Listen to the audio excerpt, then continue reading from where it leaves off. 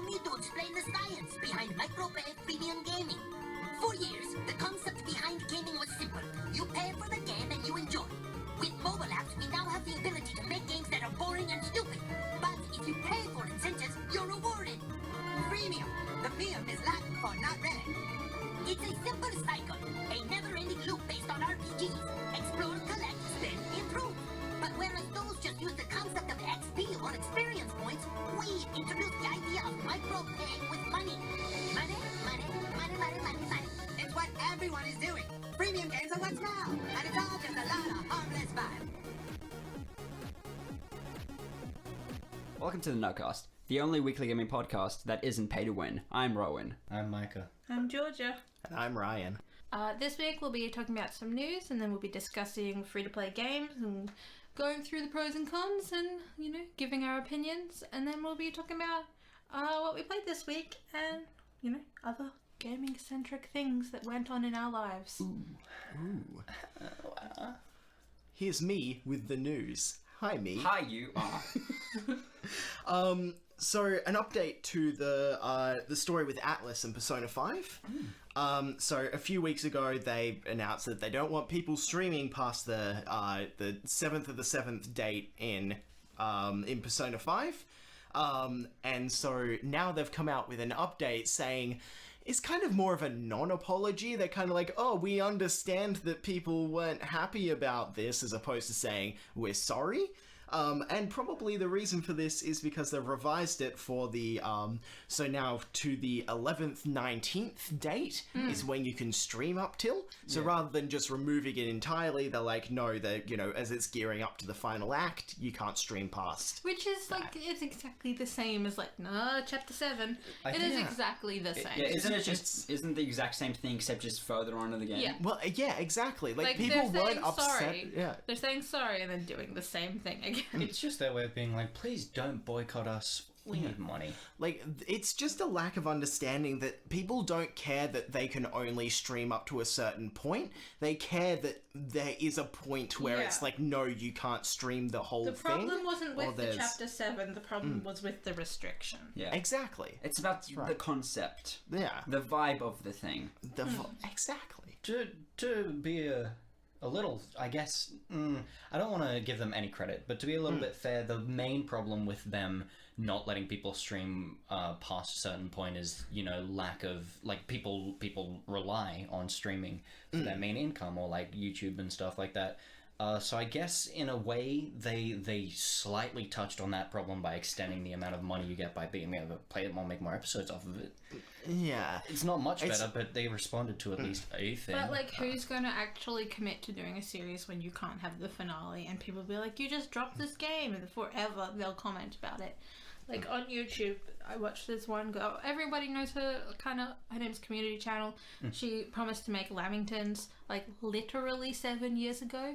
And every time she sporadically still uploads a video, I get mad, like, a little bit internally, because it wasn't Lamingtons. That's like the Game Grumps with Sonic 06. It's like how PewDiePie still hasn't uploaded the fourth Colossus. Yeah, and how no one's talking about how they hate Mars bars. What? I was like, But yeah, so I think that it does still affect YouTubers in quite a way. Just a little bit less, which is 11th Colossus? How many Colossi are there? 16. 11th Colossus. 12th Colossus. One of them, PewDiePie, I'm watching you. Okay. Better to play games anymore. So our next story. So Nintendo, they've announced the 2DS XL. I'm so excited. Yeah, right at, the end of the 3DS's life cycle, probably. Well, yeah. Well, I never I really think got the that they're 2DS. It just seems extending it. harder to put in Well, your it's pocket. not like a little bread boy. It's going to be a folded over. It's going to be like a 3DS. the They're new just 2DS. taking away the 3DS. Well, and I've got back. the old one. It just seems harder to carry around. Oh, no, the old one had was- trouble sign. It was Okay. very geared towards children, and it's easier for children. And I really liked it because it was so accessible for children. Because I always worry that the 6-year-old kid's just gonna open his DS and just snap it in half. Oh, But I this did way, that. well, this way they can't do that. The only issue Yeah, with actually, the that makes sense. old 2DS was there was no way to cover the screen, which means if it's for a It kid, the gets screen dirty. will get scratched as Oh, well. yeah, that's true, Yeah. though. Which is why I like the design of the new one, and I might actually pick it up because my DS is getting a bit dated. My DS is not getting dated, but I think that I will get one anyway, because that's just who I am as a human. And like I never use a 3D anyway because you have to like line No. it up perfectly, it tanks your frame It rate. makes me feel sick. So It many just, games like, don't even use the 3D as well. it hurts my eyes. Just I need glasses. A quick thing that for some reason just came to my mind. Do you think with the whole Switch and how they were trying to hybrid the handheld and the home console, do you think Nintendo's trying to go a route where they completely don't do handheld consoles anymore? No, I don't don't think think so. I think that they're gearing more towards handheld. Yeah, I think Then- them releasing the 2DS, the new 2DS, is like their way of showing, no, we still care about the 3DS, guys. Yeah, I okay, think yeah. that we will get a new DS in the next 3 years. Really? I think so. Like a new. Like A new one? Like a new, not like a 3DS No, XL, LL, whatever. Yeah, I'm sick like of like DS. it'll be just new. It'll be something. Handheld. It'd be called the Nintendo Doesn't Switch. DS is just an awful name. It's dual screen. What is the... Yeah, it's... it's dual yeah. screen. Yeah. Stupid. It's very stupid. Nintendo has very specifically said that they want the Switch and the 3DS to exist in tandem. They Yeah. want both of them to be there, so they I- don't think one will cannibalize the other. I think That gives me an that incentive to research my this 2DS questions. is the last version of the DS though. What if there's like Well, a not new DS, one? but you know what I mean. Like I think Oh, that of the 3DSs. yeah. Well, Well, 2DS is still 3DS just without 3D. if they exactly. It is released a- exactly the same thing. Well, I think same that hardware. I think we're getting a big new. A 4DS, if you will. Yeah, well, the difference between a DSi and a 3DS is a lot, Yes. and that's what I mean. So we're gonna get a next The generation. next generation, yeah. That's, Yeah. That's, In the yeah, next 3 years, though, is what I'm predicting, because I can see that happening, yeah, actually. because it's time. It's time. It's time. What if they released a DSP? What's that? You don't know who Darkside Phil is? No, I don't know what that. Oh, I thought you were doing like a PSP meme. It's like a dual screen portable. My jokes are wasted on you guys. Yeah, they are. DSP is... I'll explain later. But overall, I think that He's like the main dude that jacked off on stream. overall, I think that the 2DS is a good move because nobody uses that 3D, and if you need glasses but won't go to the optometrist, hurts your eyes sometimes. You should go to So- the optometrist on a side note. It's Probably quite should. helpful. Really should. I'm Next an up- artist. I should go to the Do optometrist. you not just have headaches all of the day? Yes, I have headaches so often, and I can't. When we're in the car, I can't read street signs very Do you have often. Medicare?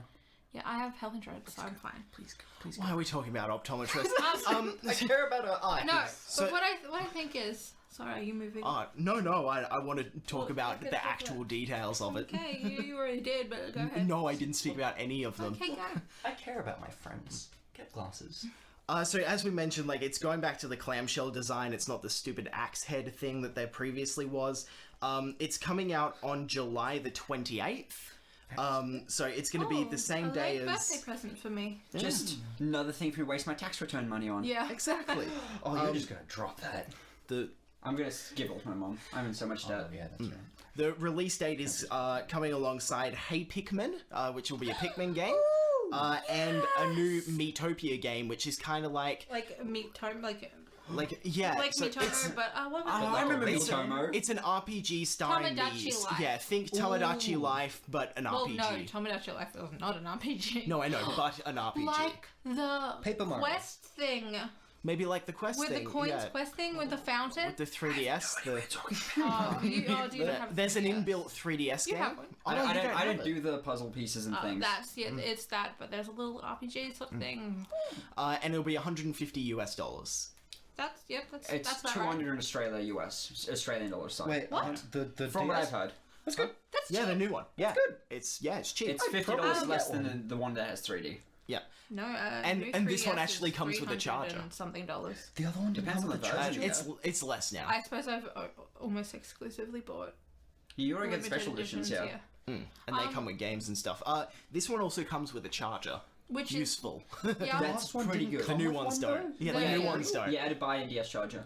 because they were trying to. like an Apple their move. thing was like, oh, if you have a DS already, we're taking it out of the price, but hopefully if you have a DS already, like a 3DS, you won't put it through because we want to save the environment. That's not the worst decision. I think No, someone's... it's a weird decision, and they did take it out of the price of the new 3DS, so I think it's okay, but it's kind of weird. They should have just made a bundle of 3DSs that came, new 3DSs that came with chargers, and ones that didn't. I have a confession to make.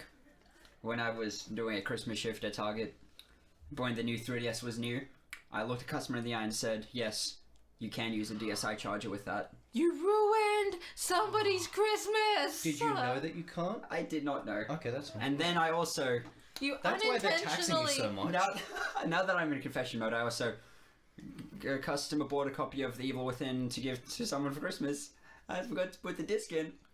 You ruined Christmases. They literally would have just come back and been like, hey, I gotta get the disc for this. They got it back after Christmas, which means someone opened it and there wasn't a disc inside. Yeah. No, well, I mean, they You still would have caused got the somebody game to there. cry. I made someone cry on Christmas. Why are you guys assuming that they got an Evil Within copy for someone who's 10? I would cry. It amuses me. If somebody did that to me, like, this Christmas, I would cry. If it was a game I wanted. So like speaking of Nintendo, so Genyo Takeda, so he's a Nintendo veteran. He joined in 1983. He was Oh, that's the best time to join the video game industry. he designed for the Wii, and he was the creator of Punch-Out. He also designed the analog stick for the Nintendo 64. Whoa! Oh boy! He's actually retired, so he's Good no on longer with him. Nintendo. Worked him hard. Well, yeah, he's done a lot. He's seen some shit in his years. Had a 40-ish year career. I want to Yeah. know where he got the 35. idea for the analog stick That's from. 40-ish. From the letter W. Oh my god, did you see that disgusting picture of Probably. like the people that were like holding it like this? Cursed That's a image. very visual gag. Maybe? They were like holding the controller in their They're holding the. right They're using hand. the joystick with like the index finger. And they were Oh, yeah. and then with their I got- left hand, all they were doing is wiggling the joystick. Like, what are you doing? I played Call of Duty for several years with some people who claim to be professional, so there's literally no way that someone can hold a controller without me, with me being like triggered by it, quote unquote. Like, just genuinely, like someone I've seen has hold it like that, just like around like this. They put they use their palms on the triggers. But So, yeah. This person just Trigger palms. my wrist hurts. So yeah, it seems like a lot of the executives and stuff for Nintendo are like, they're getting quite old now, and it's kind of just the Japanese culture. Like they keep Yeah. them on and they don't retire for well, a very you- long you get time. Respect. So and you well, work till you die. exactly. And so it's I it's will go down with this ship kind of thing. I feel like within the next few years we are going to have, there's going to be a lot of Nintendo execs that are leaving and stuff, and they're going to be bringing in some fresh blood, which I really think Nintendo does need. However, think it Miyamoto does. will never leave. Yeah, no, Miyamoto will never No. leave. Do we know if Miyamoto was immortal yet? Have we done tests?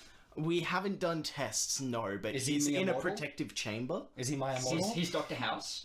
Dr. House? What? He's what's the dude name from That has nothing to in do with Fall- House. In Fallout New Vegas, isn't his name just Mr. House. Mr. House? Dr. House. He's actually, all those Nintendo directs are filmed from the protective chamber that he's kept in. And that's why it's just that blank white Just room. imagining like Miyamoto zipping down his face and popping a pill and just being Hugh Laurie. That'd be pretty cool. Life is pain. Vicodin. But yeah, no. That's like half of his script, right?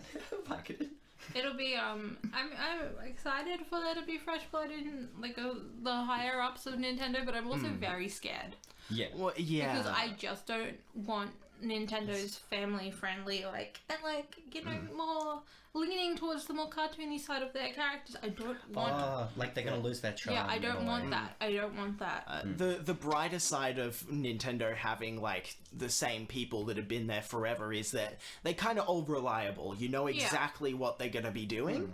But then again, the newer blood coming in could have been the thing that led to us getting Splatoon and Well, exactly, and I'm happy for punching that game. because that's on brand. Punching Arms. game. I forget what it's It's arms. arms. Thank you. I was gonna say Punch Out, but I was like, no, that's not it. That punch out. But yeah, it's like, yeah, I just hope that they keep the same sort of thing and don't try to turn it into like, hey, AAA, let's just, just a AAA machine where I am Sony and I don't make games anymore.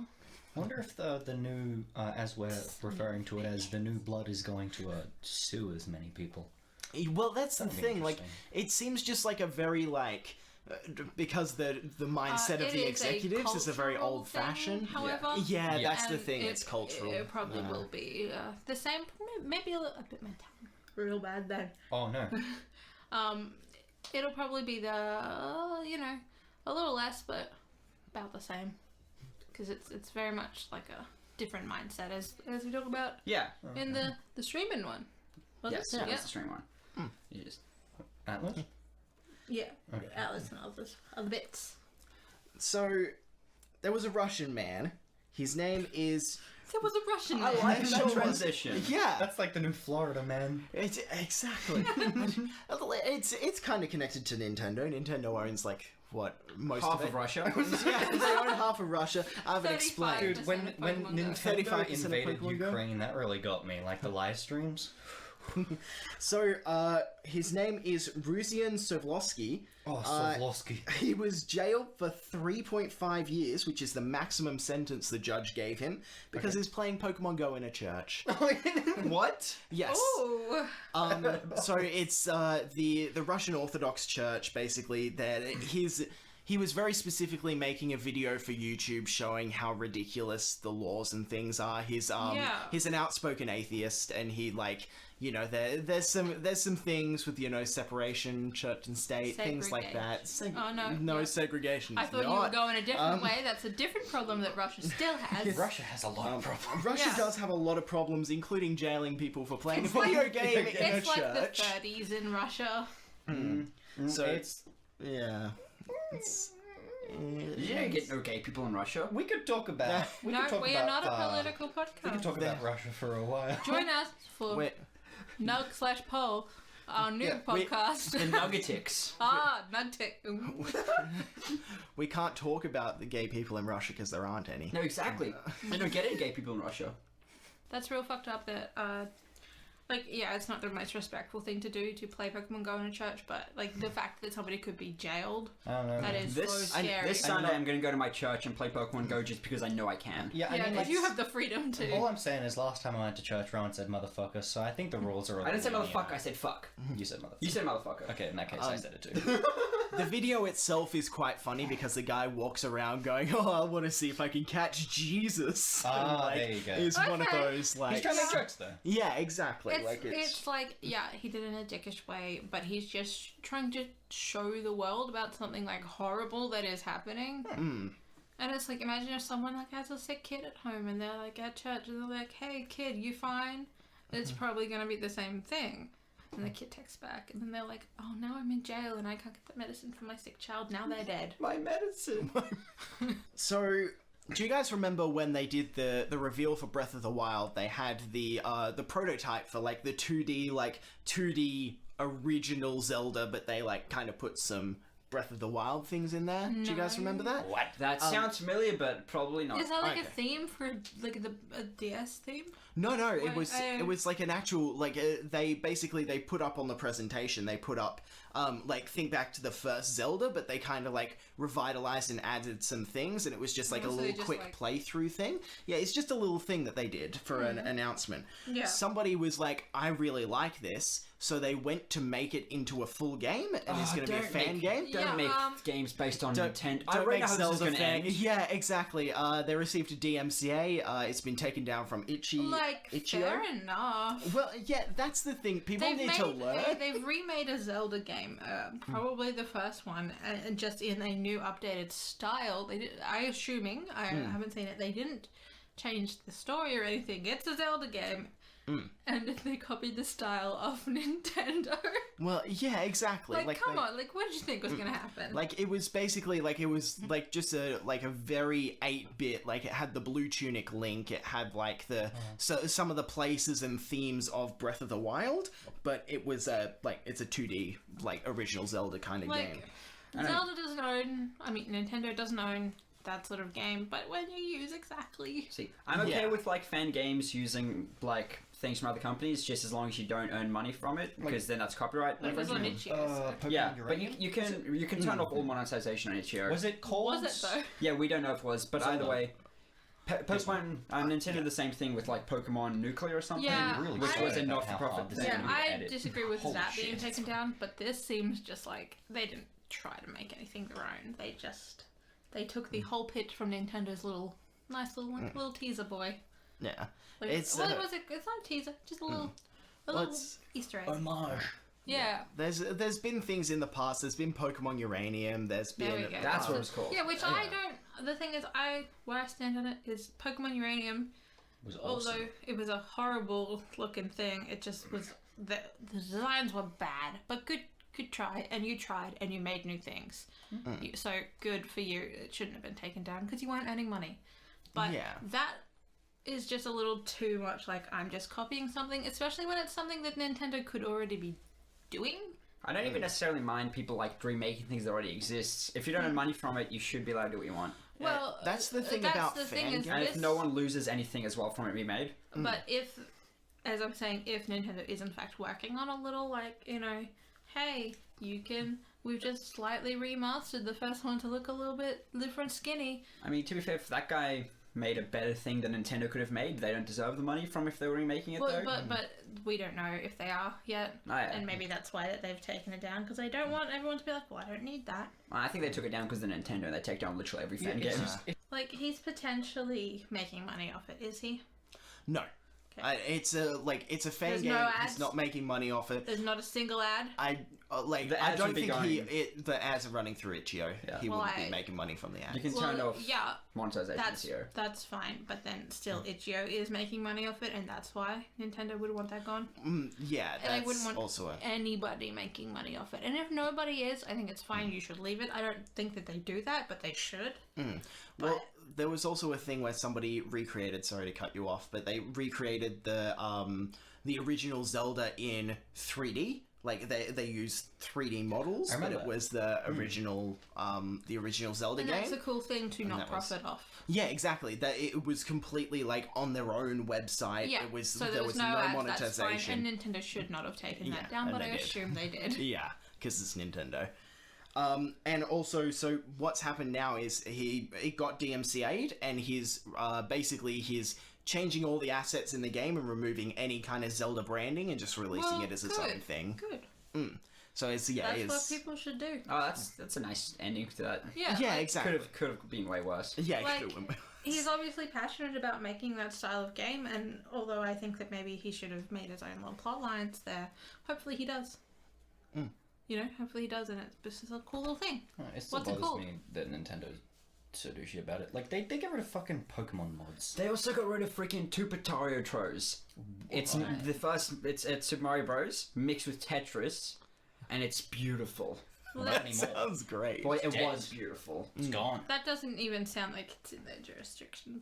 That's just. It sounds like it's within the laws of parody. To be honest, That was such a good. did they rip assets? No, they did rip assets. Oh, well, that's why. If they had have just made their own assets, even if they just like put a little pixel out of the way, like, oh no, there's a stray pixel there. Changed 15%. Yeah, Then it's not. Then it's not 15% just adding just make the paintbrush on Photoshop real big, just on it. Question: did Nintendo go after Flappy Bird? We don't know That was just a rumor that never happened. They never did. Yeah, that's like why? because of the pipes. I don't think they The own. rumor was because of the pipes, and No. Like the bird is like the pipes, the backgrounds as well were very like. they were very, but I don't think they were actually. I think Yeah, that the pipes are the only thing that looked almost exactly from the game. So, like the background was just kind of like the same style. Yeah, there's a difference between inspiring the style. And don't get me wrong, I'm all for people making heavily Zelda-inspired games. Go ahead, I love Zelda. Please make more. But my problem was with that guy just ripped the style off the live stream. That was like, Yeah, didn't the bird look a shitload like a Cheep? Yeah, I think it was. And then play they Tap just the Bird. edited it. Oh, that's right. They What's it did called again? change. Yeah. It was clearly that 15%. I don't know. No, the game. Flap, tap, Flappy flap. Bird. Yeah. Flap, flap. For a second, I thought it was Tap the Bird. Go on. Tap the bird. Tap the bird. That's a good. Don't steal it. That's our game. Yeah. Next. We'll DMCA you. So So basically, there's been a new rule that's been added with ESL. So with CS:GO. Wait. Before Yeah. that, I just wanted to know what that game was called so that people could check it out. Because now he's working on it himself. I would like to plug it. one? They haven't. So the guy who made it, his name is Winter Drake. On Itch.io? Yeah, on Itch.io. He hasn't announced what the new game will be called or anything, but watch they've that taken space. it down. Yeah. That's Because a cool username. He's coming back with his own little twist on a Zelda. Yeah. That's a lemon twist. Non-copyright infringement twist. Hopefully. Hopefully. So in CS:GO, in 2014, there was a CS:GO pro, and their name was KQLY. Basically, what happened is they got VAC banned because they were cheating. Yep. They did not cheat in a tournament; they cheated outside of a tournament, but they got VAC banned. Yeah, exactly. Get banned. So basically, there's been a controversial new rule added to ESL, which basically says that instead of being banned, instead of completely being banned from the tournament, you have a 2-year suspension Okay. if you get a VAC ban or if you get caught cheating.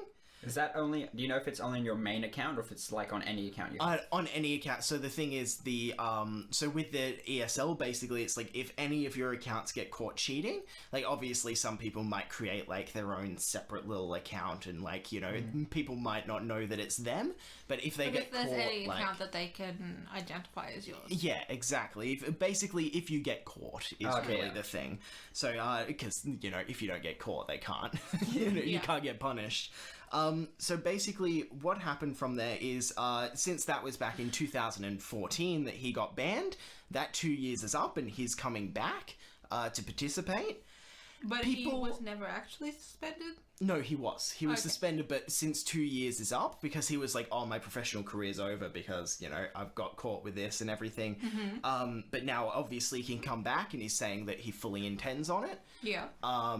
People aren't happy. Why? Because he cheated. It's I strongly disagree with cheaters, obviously. People have gotten VAC bans live on tournaments as well. That's That's funny. And it's the kind of thing that it's, people are just saying, they're refusing to play with cheaters. It's, I just a understand flat that, out. but 2 years is a solid, NRL or NFL, whatever it is, in America, the footballers, they get less of a suspension for literally beating their wives. Oh, yeah. So to put it into perspective, Yeah, I was going to use Maybe- the same perspective, but with steroids, because saying beating wives kind of makes me sad.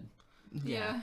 And also this is, obviously, steroids using cheats. You can kind of make it. It's Yeah. similar, but Yeah, But what I mean get is what you mean. literally abusing us. A human yeah. has a less of a thing. Doing a bad thing and then coming back, I kind of understand just in general Yeah. why someone wouldn't want to hang out with that person. Yeah. Because you don't have to associate with them, but I do believe that people can change, and especially in 2 years, and saying, well, my career is literally put on hold for 2 years, and if I ever get caught again, I assume it would be a POMA. If you get caught twice, So is it only 2? So it's 2 years if you get a VAC ban on any account, even if it's not in a tournament. yeah. Yes. And do you know if you've been caught cheating in a tournament? Do you know if that's different at all? That's a very good question, but I believe it would still just be the 2 Because I feel like that should be a life the ban. 2 though. years. Yeah, Yeah, that's- because it's that's the you're thing. guilty and you're going to try. But Like, it's people can change and people can learn from their mistakes, and a lot of people that play video games are typically quite young.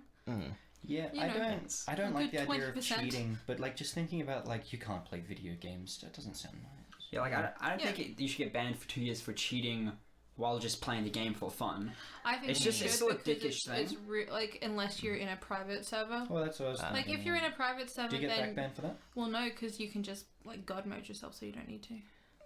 Oh, okay. So you don't need to cheat in when it's a private server. But just yeah. if someone were to. Yeah, if somebody's running their own server, they can set the rules for it and stuff, and Yeah. you can go on non-VAC protected servers as well, Yeah. and you won't get back So banned then if you- people are like, go ahead, cheat with me there. And it's I don't understand the point I of didn't know that. there were no non-VAT Yeah. servers, then that makes it very But I different. just don't see why anyone could ever just be like, oh, I'm just having fun. Like, you're ruining it for everyone else who's on a VAC a VAC protected server. Yeah. If you get VAC banned, can you still play on non-VAC servers? Yes. No, you can't. I thought you just can't open the game if you have a VAC banned. No, you just can't play on VAC servers. Yeah. It's my friend's got VAC banned before. Oh. I keep in mind this was back when CS Source came out. Oh yeah, in CS:GO specifically, the entire game is locked. Oh really? Yeah, you lose all your skins and everything as well. Because CS:GO sucks. Like, That makes sense because there's skins and stuff connected to it. So even if you couldn't, okay. Yeah, so then it's like a money thing, and you know. So you can fuck with the economy. So this is a quote from one of the other players. They said, "We cannot imagine working with someone that has harmed to the extent that he has the competitive integrity of Counter-Strike." Although he wasn't playing competitive.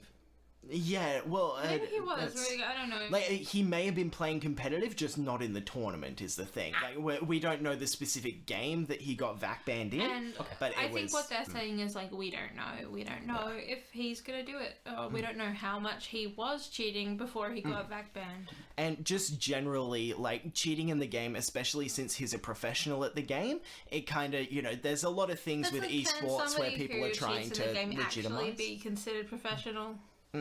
Well, it's and that's the thing. It's like people want this esports to be considered a more legitimate thing, and there are steps that are being taken. Well, to, I think that the suspension is the perfect step because if you echo real sports, that is what real sports do.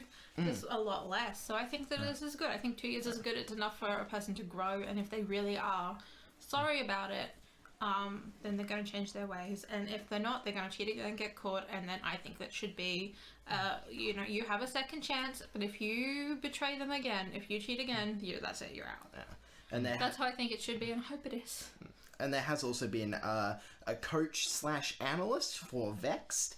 He actually left because he had similar objections. He's just like, leaving, not coaching this, not coaching / analyzing this team anymore. I just can't see why they would just throw away their own career for that. I just don't get it. To be fair, it's just this specific tournament that has this rule, and they're objecting to that. But yeah, I understand. I think that it should be a rule like all over. Do you know what tournament it is? ESL? Oh, okay, that's pretty much the biggest one. So yeah, it is. So the others will follow suit, probably. Yeah, there's also DreamHack and the other one. DreamHack. It's called DreamHack. Yeah, there's one called DreamHack. That's a dumb name for a tournament. And you're asking people not to cheat in your tournament. I think DreamHack have hosted a few majors as well. So So speaking of Valve games, we've got Chet Falazek. He's been with Valve for 12 years now. That's more than I have been alive. That is more than you've been alive. And he's actually leaving, so he's just said that he wants to change things up. He's going indie. Yeah. He's going to make Left 4 Dead 3, but call it something different. He's going to make maybe. Well, he's not going to make it himself because he was just the writer. So he's going to write it. Yeah. So if you guys don't know, he wrote Half-Life 2 episodes 1 and 2. He also wrote Portal 1 and 2 and Left 4 Dead 1 and 2.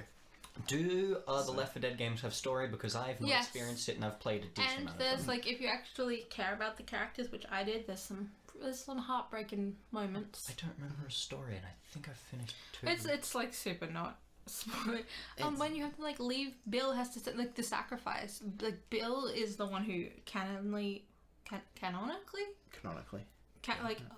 Bill, the old guy. That's what he's like. That's the old guy noise. Yeah. No, the old guy in Left 4 Dead 1. In the sacrifice, he sacrifices himself. It's about him sacrificing himself for the rest of the team. So then they're a trio, because it's the last. What happens to the fourth player? Well, you have to die. They literally go to sacrifice the level. themselves. You have to die. That's really funny. So if you actually care about the characters, it's quite emotional. Oh, it's just funny to be the fourth player and just well, I'm gone now. Well, there's an achievement. You complete it as long as your team completes it in that situation. But there's 2 separate achievements: one to be the Bill and one to not be the Bill. Yeah. I volunteer as Bill Chute. Well, that's what you do when you get to that segment. You're like, I'm Bill because I need the achievement. So he's not confirmed what he'll be moving on to. All we know is he's leaving the company, and he just wants to change a pace. I guess it's Yeah, it's okay. I think if he's still doing the making the stuff, that's cool. Does that make sense? Yes. Do you guys get that? Sure. You picking up on what I'm putting down? I picked it up. I think it's considering Valve is really moving away from actually ever making games. I think it's a good move for him. No, yeah. Like, if go you want to make make sense. games, don't work for Valve. Yeah, Yeah. Go be in a place that'll actually use you. Yeah, exactly. And it's like from what I can see, he's worked on some damn good games. Yeah. So maybe we'll be getting some damn good games from other places. Specifically, just the good Valve games, and not the other one that they made. The other two. They made it for a few. Nope. They've made a couple of games. The other two that count. So more about Valve. So Valve's Valve customer news. support. Yeah. Valve customer support. If people haven't had experience with them, they're terrible. They take a long time, and it's kind of bad. Valve's customer support? Yeah, well, that's exactly. So basically, Valve they've come out and they've said, look, we need to improve. Good. It's like the times are slow because we are very busy. I know it might not seem like we're busy, but we are. Then hire more people. You're yes, like a yeah. multi-billion-dollar company. So what they're doing is they want to be more transparent with it. So what they've done is they've launched a new support page, which shows all support requests that they have currently in their queue for the past 90 days. No, so all the ones you know what that are solved. you know what that's like? That's like, I'm just real busy right now, guys. I just can't do it. Look at all this shit that I have to do, and it's like literally like, oh, I have to shower, and like I get that that's hard for some people sometimes with like mental illness, but yeah. But it's like, it's nothing. You're doing nothing and you're shit. Did you just make an executive dysfunction meme? Yeah. I did. But that's what they're doing, like all the other Valve companies. has an executive dysfunction. But the thing is, that's the thing is Valve doesn't, so they have no excuse. You don't know about Gaben's mental state. She doesn't do anything! Oh, those Gables. Gables, the new cereal. I was gonna say that's a really good currency. Maybe he doesn't want to get up every morning and shower in his money. 50 Gables. He can just pay someone to shower him before he wakes up. I mean, Steam fucking refuses to let anyone use any currency that maybe he isn't could American, just so they Steam might as well just himself. change it to Gables. So basically, it'll show on the website exactly how many requests they have. It's just generally the transparency is good because it can be like, you know, if you're gonna put through a support request, you'll know how long it'll take. You know what the queues are like at the time. It's I would pretty like good. for just like Blizzard or someone just to do that for a single day. Blizzard? Yeah. Because like Blizzard doesn't have the greatest customer support, but I have never Oh, it's pretty good. waited more than 48 hours for my thing to be finished. But Yeah. Blizzard's pretty Yeah. good considering how And usually they it's within 5 to 10 hours, depending. Like if I'm doing it at like, you know, 3 o'clock American time, then it's gonna be a little longer. But you know, it's within 24 hours I have a response and they're working on it. Within 48 hours, it is usually. And like for me, it has always within 48 hours been fully resolved. I have nothing but good stories Yeah. about Blizzard So support. I would just like love for them to see their queues and tickets that go up. Just make that transparent. Compare it, Yeah, maybe. and Blizzard has like even like a live chat you can talk with Yeah. other people with. I got like my account that was hacked by a Chinese hacker before. I got my account back even though it was inactive for several years because I wanted to get my Diablo account back. Yeah. And some guy was just like, I'll help you through the step by step. And just like, oh, it's almost like Like, having I people lost, hired to help people is a good thing. Yeah, I lost my Battle.net account when it was Battle.net, my original account, but they couldn't fix it because I couldn't provide the information for them. That was a Microsoft Outlook customer service problem because they just deleted my email. What? It was an old They've email. done that so many times You can to me. delete emails? They just delete my emails, like Yeah. my You can delete addresses. Haven't you Fucking hell. Like the email address. Point is, I just think that this is just nothing. It's just they're creating busy work for their customer service people. Like, it's just stupid. They Well- should just, like, actually hire customer service representatives. Yeah, the thing is, they've very specifically said that they know that they need to improve. So they haven't committed to anything, but they have said that they This is- know, okay, like, you know. I think that for me it's a too little too late situation. If you're a company that used to make games people loved and now just earn money by existing, it's going to be hard to get sympathy for anything. Yeah. I just think because they've just made so many mistakes with customer service in the past, and like they really should have, or like this has been years coming, and that this should be like news from 2 years ago. And like with Steam Direct, they've been like trying to get better with customer service, but this was just kind of like no, they're not going to get any sympathy. This is just such a like a. This is just them being like, hey, This congratulate is us. childish. I think that's what it is. It's just like. I'm so busy, man, but it's like literally every other company is as well. It's just when you get to that level, could you imagine Apple? Like what the iTunes people have to deal with. I can imagine Apple doing anything at this point, as long as someone else has done it before. Hey Valve, I've got a secret for you. You know how GOG can manage to afford customer services? But by making good games as well to earn money. Do you know how Blizzard can afford good customer service? By making games as well. I mean, Are you implying that Valve should make games? what? No, it's Imagine. ridiculous. Yeah. What do you? Valve don't make games, Rowan. They make money. Maybe they'll bring out some like skins that you can use in the multiplayer on Portal 2, like some just more skins. Hearing stories like this just makes me want to use GOG. Yeah, I'm You ready. can do that. I'm ready I'm to gonna move. use GOG. It's Use fine, the just dog. you and me will play games together. At least if you get on GOG, you'll know it'll work. Ooh. Are you a GOG representative? They sponsor me. Surprise, me and Rowan have been sponsored. Good. I'm Give me some actually of also that money. sponsored by G2A. That's why you keep bringing them up in the news. Yeah.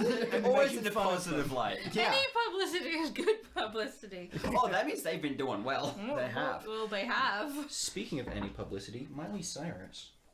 So, you guys know that Call of Duty 4 remaster that they that they they released? The last one year? that not That only you had DLC, to buy a game? not only DLC costs more than the original, but it has microtransactions as well. Yes. Oh my So goodness. basically, the product page on GameFly may have accidentally leaked that it's been gonna come out as a standalone. Nobody saw that coming. Well, yeah. Which is like, who even cares Wait. at this point? Like, the people that care already have it, and the people that care also realize that, like, I'm pretty sure the servers are already dead, and apparently it isn't as good as the original, so people Well, don't it's care. never going to be. Like, people had, you know, the nostalgia glasses on whenever, like, yeah, heck yeah, I'm gonna get it for this. And then they're like, At least, you know, you Yep. can buy the original. Yeah, the thing is, you buy the original, you get everything. You buy the remaster, you get better graphics. You pay significantly more, and you get a worse product because so many things are hidden behind microtransactions. Yeah, but the original's in the Disney Vault. So, if this leak is to be correct, then on PS4 it'll be launching on June the 30th, and on Xbox it'll be releasing on July the 30th. So, for some reason there's a month between PS4 and... alright, not sure why Xbox. PS4 That's- cut that deal. That was weird, Sony. Yeah, Well, Okay. That's been a thing for a while. That COD favors Xbox. Other way around. other That's way what I around. meant to say. Yeah. Yeah, it's... Yeah, like, obviously we know who's giving them the most money. Just seems like a weird deal. Sony's been doing real good moves recently. You got Life of Black Tiger. You got Horse Racing 2016. Oh That's a god, good I game. forgot to even talk about that.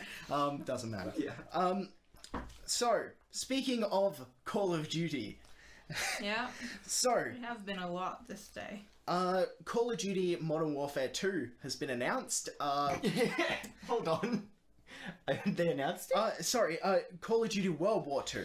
Okay, has been don't worry. announced, Yeah. not Modern Warfare. They're like, Why hey. don't they just call it World at War 2? It legitimately, it got to the point where I thought that wasn't a slip up, and they actually announced Modern Warfare 2. Like, that's the fucking shit that Call of Duty's doing. It's like how Battlefront 2 was announced, but there's already been a Battlefront 2. So it's because it's WW2 and W. yeah, WW2 and MW2. It's pretty MW2, easy. yeah. You just flip it upside for Wombo. That's the reference I got. There you go. So basically, people are up in arms because somebody tweeted at them, hey, will there be an option to play as a female character? And yes, there will be. which has gotten people angry because of course it has. Females in my game? Yeah. Oh, What is who's- this? A feminism? Oh, what a feminism this is. I'm so sorry. So basically, you'll be able to play as a female character. There'll be the option in multiplayer, and also So, like, literally when it has nothing to do with accuracy or story, just when you're Yeah. playing online against other people. You're telling me in real wars people don't run around in corners and stab people in the face? And people don't just, like, kill someone, then sit there for, like, 20 seconds teabagging them. and you don't fight Nazi zombies. Nazi Whoa. zombies. That wasn't Whoa. in real life. Whoa. No, it was in real life. They just didn't write it down. Yeah. We forgot about it. And also in the campaign, which is obviously quite story heavy, there'll be the option to play as a female character. You'll be part of the French Resistance, and you'll be playing a female Where it character. is historically accurate that there was females. Is it just Yeah. me, or does this code seem actually really good? I like the idea I of mean, it. I like the whole resistance other one, thing. The the resistance other thing's one my was jam. pretty okay. The Infinite this- Warfare? No. People didn't like Infinite Warfare. Yeah. Wait, you This is talking about... not. This is not. Battlefield 1, do you mean? Yeah, that's yeah, all. yeah. Oh, This is yeah. what this is. This is Battlefield 2, isn't it? No, this No, is it's Call of Duty. Call of Duty World War II. Oh, they're not the same thing. No. No. Battlefield I just and assumed Call of that- Duty not the same thing. I assume that every war game is the same one. They're very specifically competing franchises. Yeah. Oh, well, they should like try and differentiate themselves because I didn't know. Well, they're just like 2 is better than 1, so... I didn't know. I make that joke, but they're probably like... Is probably yeah, an Ant's bug life They situation. 100% looked at Battlefield 1, they're like, they did well and we keep going in the future, and we got a lot of dislikes on that YouTube It's probably just video. a bunch of old executives being like, you know what we haven't made before? A World War II game. We have never made one before, especially not one that people like. An entire world at war?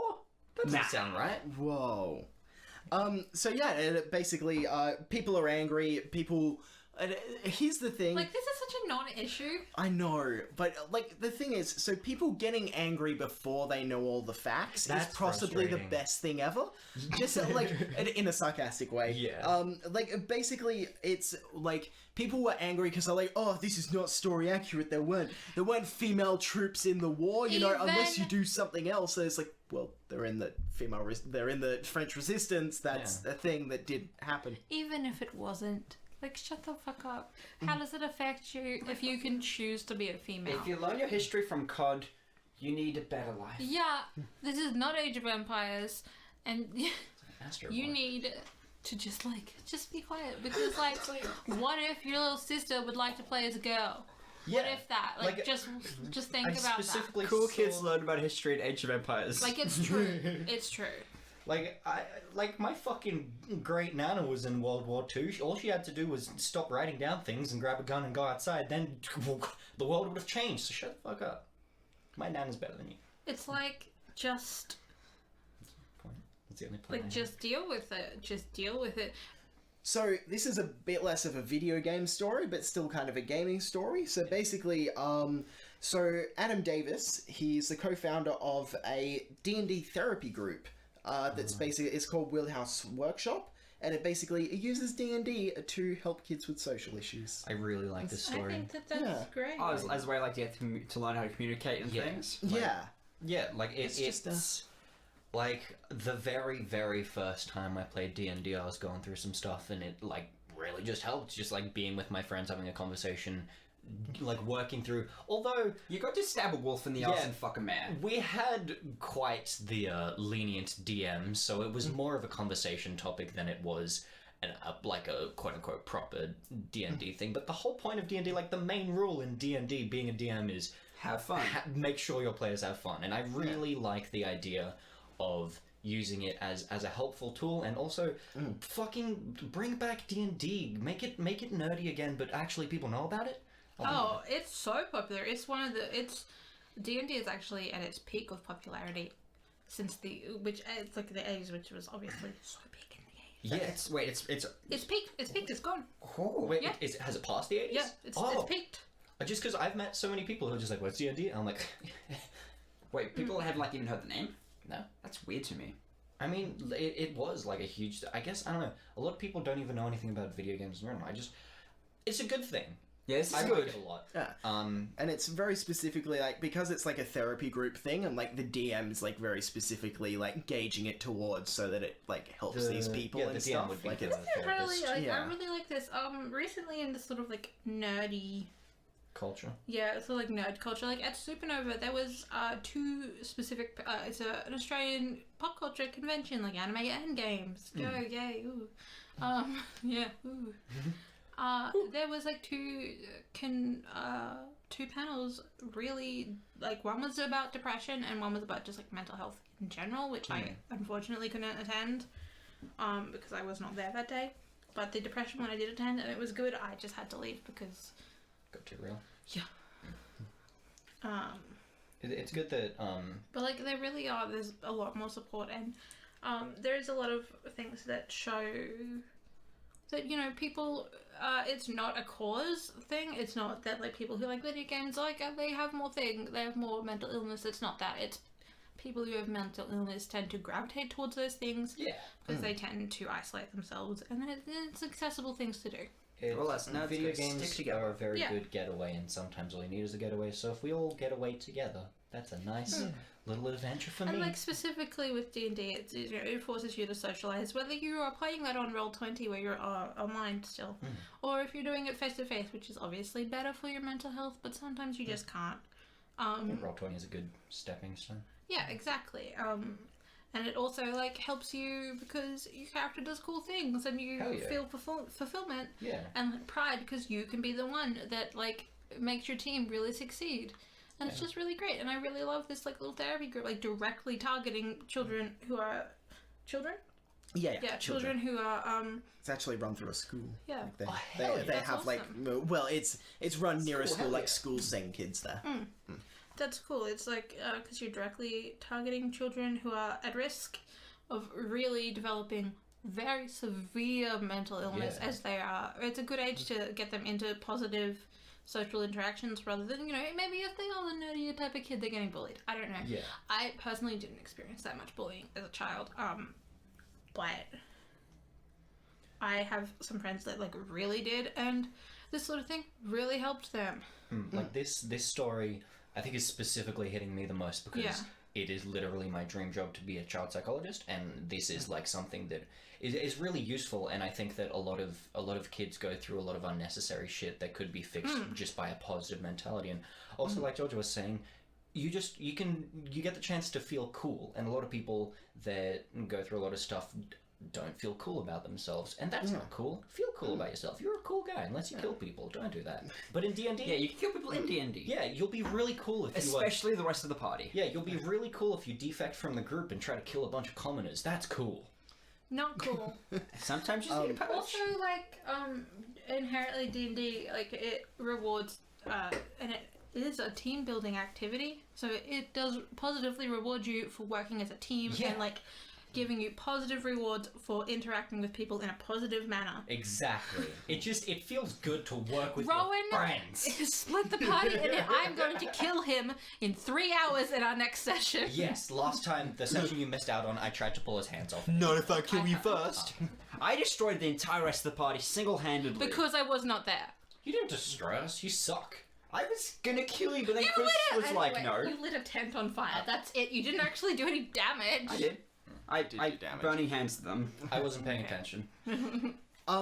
So another thing, it's like just a really nice thing from this story. So Adam Davis, the guy who's actually doing the therapy group, he's talking about how there was specifically one kid there who was just like really, really close, really isolated, really shy. But then they're playing a barbarian, Yeah. and they're like fully getting into the role playing of it, love and like that. he's like slamming his fists on the table and like really talking, and he's like, it's just the greatest That's thing to see great. from this kid that was like just so shy. Fucking mad kudos to you, Adam David boy. Yeah, it's just That's nice. great. That's great. And if I butchered your name because I like you, that's what I do.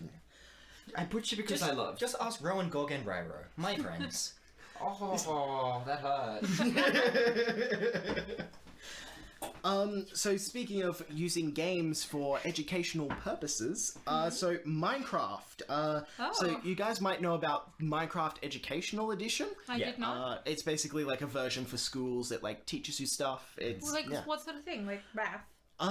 Well, I'm actually not 100% sure. If Because you, I could do see you it know like the I don't know really much specific- blend about into it, math but quite easily. I've never seen it. I assume that the creepers look less like dicks. Yeah. Probably. More like I think dicks, it's 'cause more like teaches you about it inspires like I love learning about education. I guess like the building of stuff like kind of like, you know, it's like inspires creativity. There might Well, be of course some it does, math yeah. stuff. There Well, might be I some just think like you could do it in the math way where it's like when you build things, like you need like it says that I need 2 sticks, so I need to get 2 sticks, you know. It would, That sort of thing. It you would know, probably have like a little pop-up that's Yeah. like, you made a pickaxe. In society, pickaxe were formed in the Great Depression. I hope it's not like that. I hope that it is just like they're like realizing that some games, and especially like games like Minecraft, really do make it good. Like it's the Great Depression when pickaxes were invented. I added, it was quiet, but I added it was way before then, but no one heard. Yeah, no. I think I've heard stories of like schools or universities possibly using Portal as like a learning tool. Yeah, they'll like Portal's really good for physics. Yeah. Because I get Yeah. physics because of it now. Apart from light. Light Yeah. is confusing. but yeah, no, I It's a think wave, that but then it's a particle. Yeah, It's Sorry. both. I think that always both. Minecraft is like a really a good little tool because already so many kids just like are obsessed with Minecraft. Like literally every child that I have met under Yeah. the age of 8 is obsessed with Minecraft. Yeah. Literally begging their parents. Yeah, like if I were a kid, I'd be like, I just hate all these adults trying to make the thing I like into an educational thing, but from an adult's point of view, it's like, hey, good, kids are learning things. Well, I think Please it's, do that I more. think it's more that it's that they're just recognizing it as a excellent good tool. educational tool Yeah. because it is already. Because there is things like I need this many sticks and this many things, and I need to put them in the correct shape. Which is, you know, it's really early motor skills, but they're still there. And, you know, kids that do play video games have been shown to have better motor skills at a younger age, and as well as better problem-solving skills. That's a really... they just always have. Like, you know, we have a little bit of data now. We have, 40 years of data? We have, 20 years of data On what? on the effects of video games on children. Oh no, yeah. Yeah. And it's like I have such positive memories of like edutainment games as a kid. Oh my gosh, me if too. anybody Yes. remembers this space math game where you're aliens, you have to make slimes, and there's a roller coaster. Okay, trust me. Roller Coaster Yeah. Tycoon. There are so many educational games that I need to find. There was one that had like a lot to do with eggs, and all the characters were ugly, and there was like a game where you weighed people, and it was like, what the heck, I know about grams now. Also, fucking Winnie the Pooh game, it was like, you got to like plant flowers, and you had to make a farm, and it was like real cool. There was like a game where you went to Neptune and shoot aliens by typing. Gizmos and Gadgets was my shit. Also Pajama Sam. But fuck anyway, yeah. Yeah. the fact that kids these days have like putt-putt, yes. Like fitting Minecraft into like, you know, like as a kid, like imagine you love Minecraft, but then there's an educational version of Minecraft that they let you play at school. Yeah. Yeah, What? or even just like you know, maybe there's no killing in the educational version. Yeah, maybe that would that's make the more change. sense. Yeah. But then like even just taking that into the classroom and being like, you know, just like bridging them to get their interest is just that's great. And I really hope it's working. I think I actually learnt something from Minecraft. I think I was a late bloomer with specific knowledge things, but other things not. Pretty much I think I learnt that you can make glass from sand from Minecraft, maybe. Or paper from bamboo, maybe. Is bamboo in the vanilla version? Yes. It's I'll learn cane. about that. It's cane. Like Sugar cane. Like Luke Kane? Yeah, it is cane. sugar cane. It's not bamboo. Yeah. Sorry, it's sugar cane. Oh. And the actual news story from this, because Minecraft Educational Edition's been out for a while. You The can't actual make paper from sugar cane. Minecraft lies. the actual story from this is that they're releasing an update for it, which teaches kids how to code. Whoa! Yeah, so basically, it teaches them to code in the platform. So there's Tinker, Scratch, and Maker Code, which I've not actually heard of those, but they're different platforms that you can use. As long as it doesn't teach you Java, because fuck that. Well, specifically, I looked up Tinker and Scratch, and they both specifically work with JavaScript and Python. Oh no, JavaScript is fine, just not Java. Yeah, just not Java. We really And don't know the difference. yeah, They both remind me of Flash games, though. Yeah. And I like Flash games. but they advertise like that you'll be able to create mods and stuff for Minecraft, and that's hell yeah, that's gonna Yes. get kids in. Oh, yeah. Like, Yes. yeah. And it's like- There are going to be a lot of sex mods, though. There already take are. it Kids are really into sex There mods. already are so many. Oh, those blocky boobs. Mm. Yeah, Yeah, seen that. learning about sex is good, I guess. But then, like, you know, As long as you don't start doing the I think sex that's after you're really learning great about the because sex. I think it's real great that they're doing this and they're trying to put more like computer things into schooling because we didn't have that much. When I was in high school, we learned to code a little bit. But the biggest thing that taught me any sort of coding was MySpace, which I was like super into and like kind of the theme. yeah, like I would code the theme like HTML. Yeah. And like I can still do that today. Like I'm very capable of doing that. And it's not the greatest thing. It's not very relevant to me at all. But it's there. It's a thing. And It's a I thing think you can that do. with coding other things, it at least helps me understand like what the computer maybe wants me to. You can say. also, like, if you know HTML, you can slap that on a resume, and then an old dude who doesn't fucking know Yeah, what exactly. HTML is And like, that's they what can I code. do. I do that. Exactly. There you go. Nice. Because Don't I know where can. you learned it. Yeah, like I did myself because I didn't want to pay for the expensive MySpace themes Those are through weirdly dodgy expensive. I websites. think on my resume it also says I have do HTML and CSS. I'm gonna put on my resume bool. Nice. Oh, they'll be like, "What's a bool?" And And, then you'll I'll be come- like, "Oh, that's one of my." Haha, you fool. And then I would never. But like regardless of what you're going into, like engineers do need to learn coding. So I think it's really good that because a lot of people assume that just coding is just for people who are studying games, like those nerds, or Nerds. Well, or most like, people or, assume or like pro, like like just- website designers and like shit like that. Yeah, and software. Yeah, software. But there's engineering, and like that very specifically. My brother is an engineer, and he had to learn to code. That was first year. They were like, "You need to code. You need to know." So he is that my dad does. I don't know why. Dad just likes to learn things. I get that. He was a lawyer. My dad's a mechanical engineer, and he doesn't have to do code because he's old-fashioned and old. Yeah, so just generally like just teaching Doing kids good stuff. things, It's good. getting more technology savvy with your education, Yeah, which like- is always good. It's kind of like how they're getting kids to learn like different languages when they're young. Like that's a fucking useful thing. I wish I Yeah, learned a that's different language incredibly when I was important, yeah. young. So like coding language is still useful. So PopCap, so the developers of Peggle, Plants vs Zombies, Bejeweled, they've actually been having some. They haven't said how much. They've just said they're going to be having layoffs. But one would assume that it's if they're announcing it, there's going to be some pretty big layoffs. Apparently, the general manager, Matt Nutt. Hell yeah! He's said basically that they've decided to reduce the size because they want to continue evolving. Well, the which thing is, is because I assume they're just hemorrhaging money. See, PopCap's just That's the gotten thing. worse ever since they Exactly. started evolving. yeah, no, well, ever since they got bought by EA, that's what really like. That This was probably good. means EA is going to shut them down because EA Well, does that. Exactly, that's what EA does. They buy like things, literally gut just the them, and then vampire. Yeah. get rid of them. Sucks the life out of You them. guys are making EA seem really cool to me. Like that sounds cool. The EA vampire. EA is Yeah, like Maker it's- Studios. Ugh. Ooh. Machinima. Machinima! Yeah. Maker Studios is the not as bad one. Yeah, Make Maker Studios it- has a lot of good things happening. Yeah. I have a big old rant about that, and I Maker know you're talking about the Studios. Polaris thing specifically in Yeah. the negative light, but I'll tell you later. Maker's done more good than bad, but the bad they've done isn't the greatest. Yeah. They fucked over Cry a whole lot.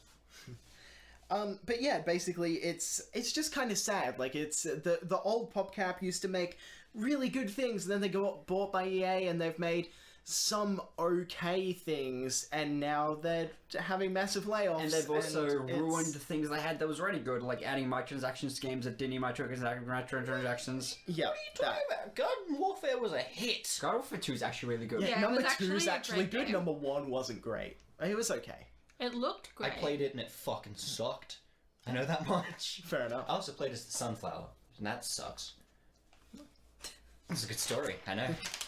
Get prepared for more good stories, like this one. I went to the park. So our last news story for the day is actually, it's actually quite a positive one coming from China, which is not expected. China? China. So basically, there's been a new law that's been added in China, which basically says that any game that has loot boxes, so your Overwatches, your LoLs, your Dotas, your CS:GOs Counter-Strikes, yeah, exactly.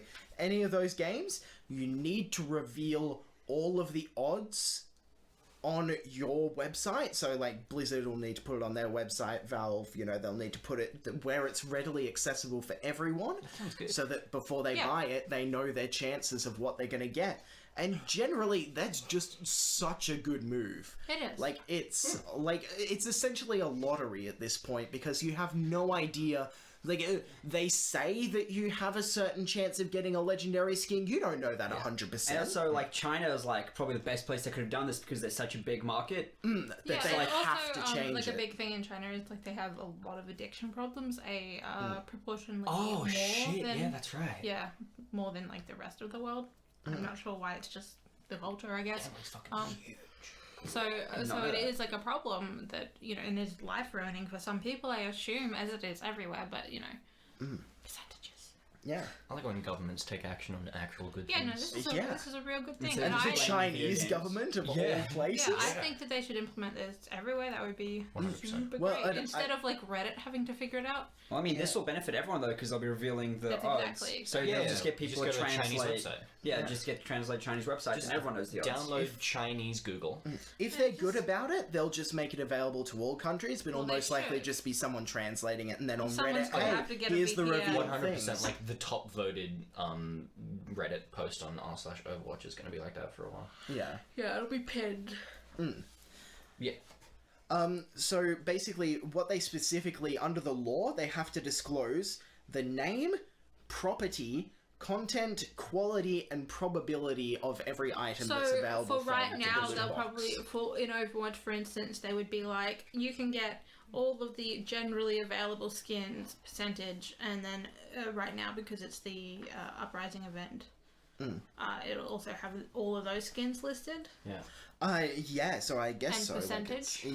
So it'll just have to have. The only game that I can think of that has loot systems that's actually revealed the probabilities I've played is Dirty Bomb, which is not the most known game. Yeah, no, that's. Yeah, that's I'm just interesting. confused about it. Is it going to be... Because I assume it will be, the normal, the greens... What are they called? I just call them colours. What are they called? What? Huh? What's green called? In Blizzard, what's green called? Common? Greens. Common. Yeah. Commons, yeah. Greens in Overwatch? Yeah, the original ones. Just the recolors are green. It's just white. Yeah, it goes white, blue, purple, gold. These- Yeah, white, blue, Greens? purple, gold. Yeah. For a second, I that had the exact same thing because I was like, have I never gotten a green? Yeah, George is just thinking in WoW terms. But because that in makes more WoW sense. times they just it traded over, but they kicked green out for some reason. I guess they Yeah. didn't want to make Yeah, that many more tiers. Diablo has green, Yeah, which is before It's blue. just a Blizzard thing Yeah, it's a because Blizzard it goes grey, which is just disgusting trash. Which all the shitty profile pictures. Agreed. Grey, white, which would be all the everybody stickers, and then what I assumed would be greens would be the recolors. the common. Yeah, the Yeah, yeah. recolors of the base skin, and then blues are the they're pretty much recolors, Yeah. but they're better recolors. Yeah, they're the recolors that they first made, and then the greens are the recolors that they were Like oh, we need to lazy recolor made. these recolors. Yeah. And then the blues are... Yeah, anyway, doesn't Yeah. matter. So, but they'll just have all the colours, and then they'll get a percentage for that. Yeah, so the colours would be what I assume would be quality. That is if it's so also that if would be the that. colours all have the same odds and stuff. They have to reveal it per item. But Yeah. the thing is, Yeah. there'll be colours for skins, colours for... Oh, wait, there'll yeah. be skins, Yeah. and then And- percentage of other...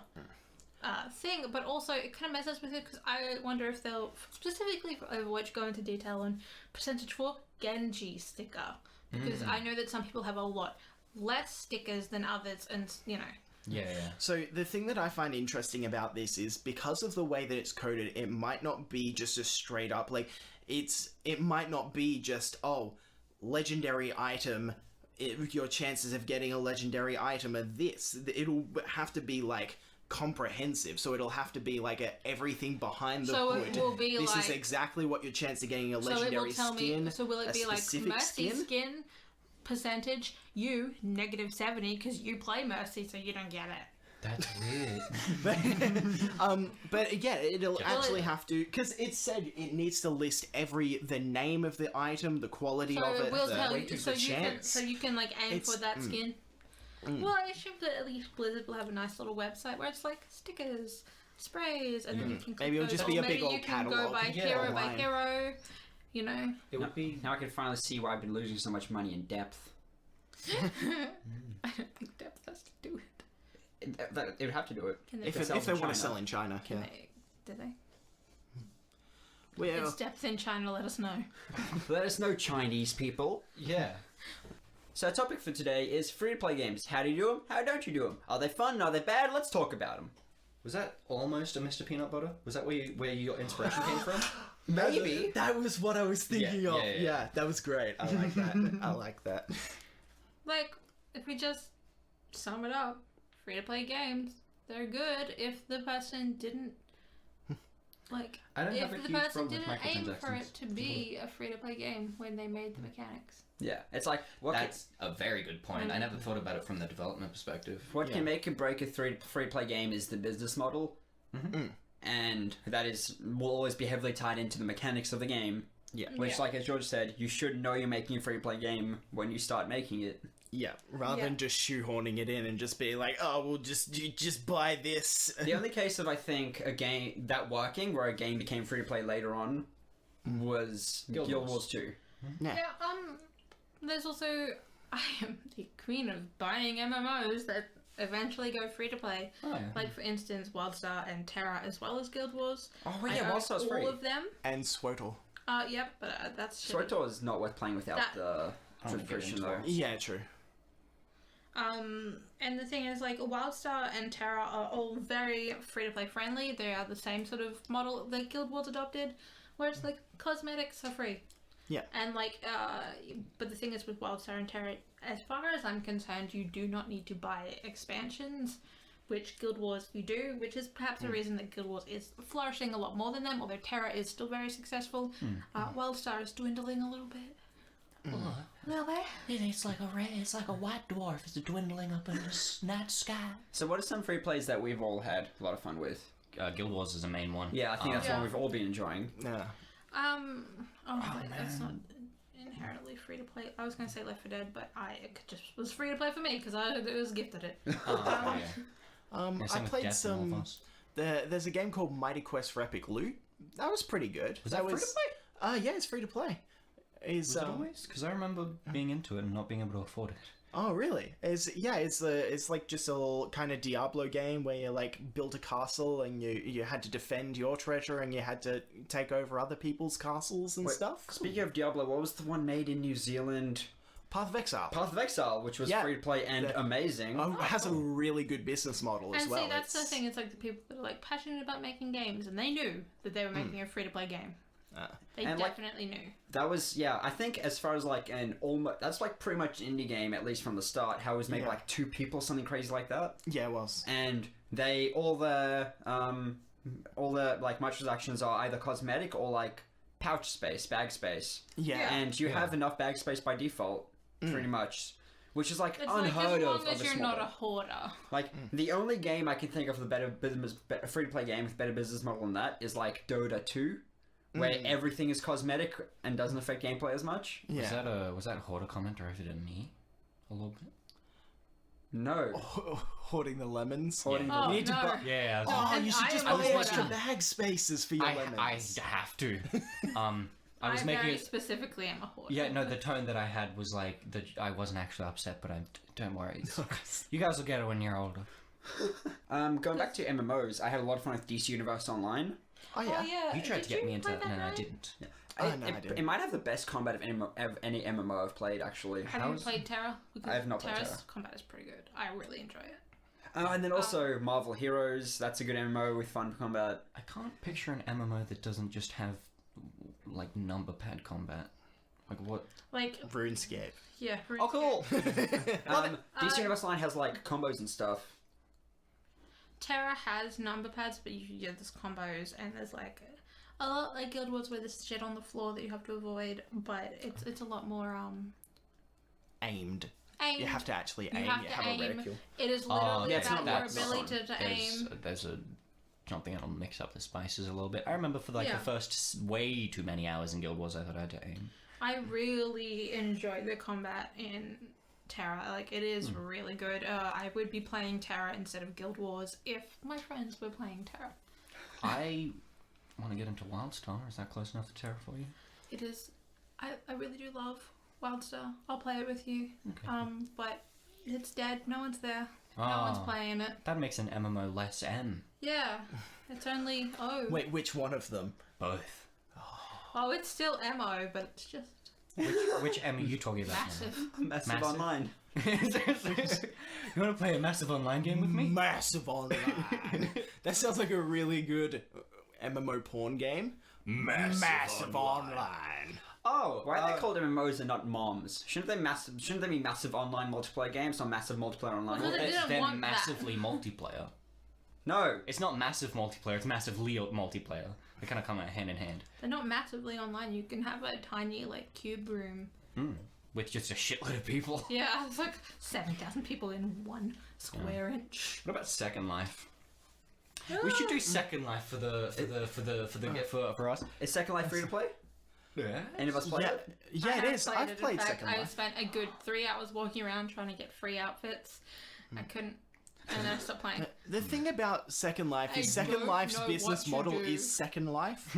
Like, it's just like its business model is what it is. Like, it's just kind of like you like Kind of like you the new make a Dungeon Keeper? shop and stuff. Like it's I don't. It's oh like- no, not like the new Dungeon Keeper. I I don't very like- much have the ability to create clothing packs for things on Second Life. I just would prefer to just get free clothes. Because, like, I know if I made the best dress ever, I'm not fucking selling that. That's mine. I will walk around just being like, My own you can't dress. have my dress. Is there a Second fashion Life. MMO? Second Life It's is Second Life. Second Life is a platform for selling mods Yeah, more than yeah. a game. Okay. Like, I went to a club in Second Life. I went to an anime club, and there was dancing, and then there was a furry, so I left. There's a how? You think? How did you play 3 hours of Second Life and only see a furry Because I that was far walking in? around the stores alone, just walking around. Oh, okay, yeah. Floating weirdly around. I don't want to discredit any past jokes that you've made, or like, just I might be forgetting one, but that may be the smartest joke you've made in your life. The What? Second Life one. The Second Life business model is just that giggled my giggle box. Giggles your pecs. Giggle packs. That's nice. So, how do you? I find myself really not liking corporations, but I don't really have that much of a problem with microtransactions. Like, they just kind of make sense to me. See, it depends on the microtransactions. Like, I if don't have, it's like, even if it's an awful microtransaction, like, I don't really have a huge It's problem like, with it. if you have to, like, for Guild Wars, I really don't consider Guild Wars that free to play because you have to buy the expansion for it to be, like, a long-lasting experience in the game. I've got 130 hours and I haven't bought Heart of But are you Thorns. playing it now? Right now, I'm recording a podcast. Well, are right you now. playing it? Have you been playing it? You only started playing that I haven't again. been in MMO mood in a long time. You haven't. You only started playing it again recently. Because of friend? Yeah. Well, I still have some of the main story to get done. But once you finish the main story, what are you gonna do? I You'll haven't. complete the world, Well, and like, then. Yeah, all the incentives. Well, like, that I've I'm had not to saying close that with there's friends. not much of it, but the fact that there is, like, a crazy amount of content, but, like, literally, there's so much in the Yeah, expansion. doesn't Heart of Thorns have like 3 different full campaigns? Yeah. Yeah. Yeah, I'm not saying there's, like, that. so many different, like, you can have a whole new spec and all this, and I'm just like, I barely consider Guild Wars to a free-to-play game. Just because of that, because the expansions are full price of a game. Yeah. So, you know, it's not like a $15 expansion, which I'm like, no, decent DLC there. Yeah, the main but- thing that bothers me about Heart of Thorns is that I didn't get it for free, although I bought the game. You know what? Yeah, I is- should have had it for free as well, but You know, it's one really fun free-to-play game with a not too bad business model, but it's a bit expensive. Heroes of the Storm. like it's no. But if you sign up today, you get 20 heroes free. Really? Yeah, that's like a thing. That like is ads a and shit scam. around. Those are scams. No, that's it's on the. No. It's literally on the It's- Blizzard launcher. Yeah. No. 20 it is. heroes free. I'm 100%. I keep getting scam ads, so I'm just associating it with something else. It's like I this morning when I played Overwatch, like the little Heroes of the Storm thing was glowing. I It's like, keep "Did getting hack this my computer?" ad, And I clicked into it, and it's like 20 heroes. I don't- There's legitimate ads. Yeah. I don't think I even have 20 heroes. I'm logging in tonight. Yeah, but I get these very specific Heroes of the Storm ads that are scams. They're Heroes of the Yeah. Storm 2.0, and That's I'm like, legitimately. I can. That's real. They're calling it Heroes of the Storm 2.0. Yeah, Those are real ads. that's real. Why? Is Don't the fucking words know. Chinese? It's okay. Maybe those are big bad ads. I don't Yeah, know. I think that I specifically am getting bad ads because like We call them everything ads. about it is like Chinese. Like there's Chinese writing.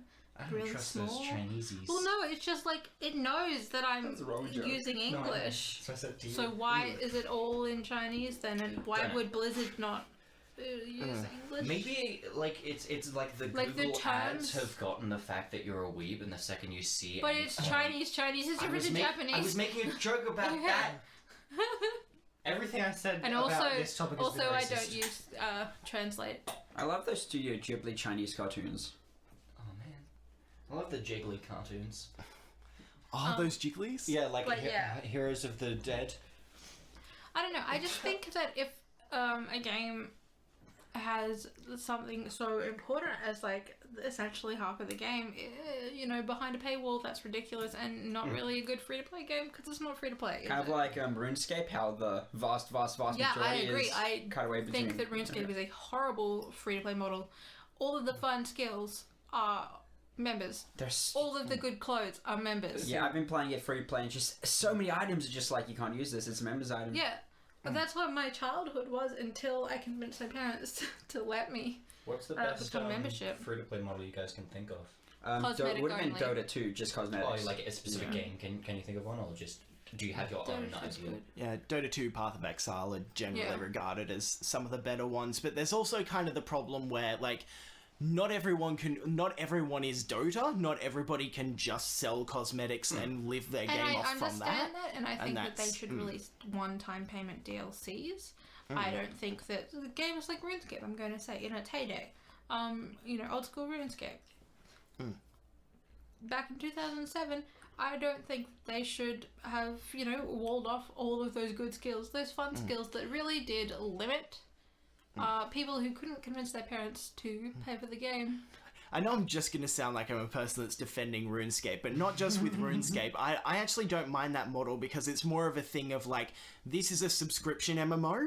Free to play is a trial for this MMO. You can play it and see if you like it. You can just play free to play if you want, but you don't get to play the fun stuff because RuneScape, it's just a subscription. Well, I agree with that because I think World of Warcraft's trial system is much better. I don't like trial to Vast level Metal. 20? Level 20. It's Play so till bad. level 20, but you get the full level 20 experience. And although I do think it should be... the level 20 Although I do think that it should be to level 60 because, you know, it's been 10 years. We can WoW just should be release... free. We can just release vanilla WoW. No, there is too much content for it to be free. No, I think it should just be free.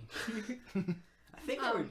Oh, how much money Blizzard lose just on like server space and like just freaking Yeah. that for making it free It's to play. ridiculous for them to make it free. They would just like it may even bankrupt them.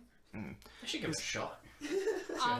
But I think that for like if we're talking about RuneScape specifically, being able to level a member's level up to a certain point would be more convincing to me than like for instance, like if you could get agility up, you know, agility is a bad example, but you know, something that you actually earn money in, hunting or summoning, you know, something like that. If you could get those to level, you know, even to level 10, that would be a much better advertisement for, you know, members on that than just the clothes. which I'm perfectly okay with wanting to close. That's the me thing that I'm like, no, I want to look the prettiest. But, you know, I think that advertising the skills, like, here, have a go, see if you'll actually like it. Because the first time that I ever got members on RuneScape, I didn't know what to do, so I did fletching, and I was like, alright, I'm not going to get this again. Yeah, so that was kind of my next question, which I'm glad you brought it up on your own, because that means it's a nice segue. How would you guys improve on existing kind of free-to-play business models and, like... That's a good question. Yes! Thank you. I just think that subscriptions are toxic for games. I think that it's... What about for porn? That's a separate... Entertainment is different for me.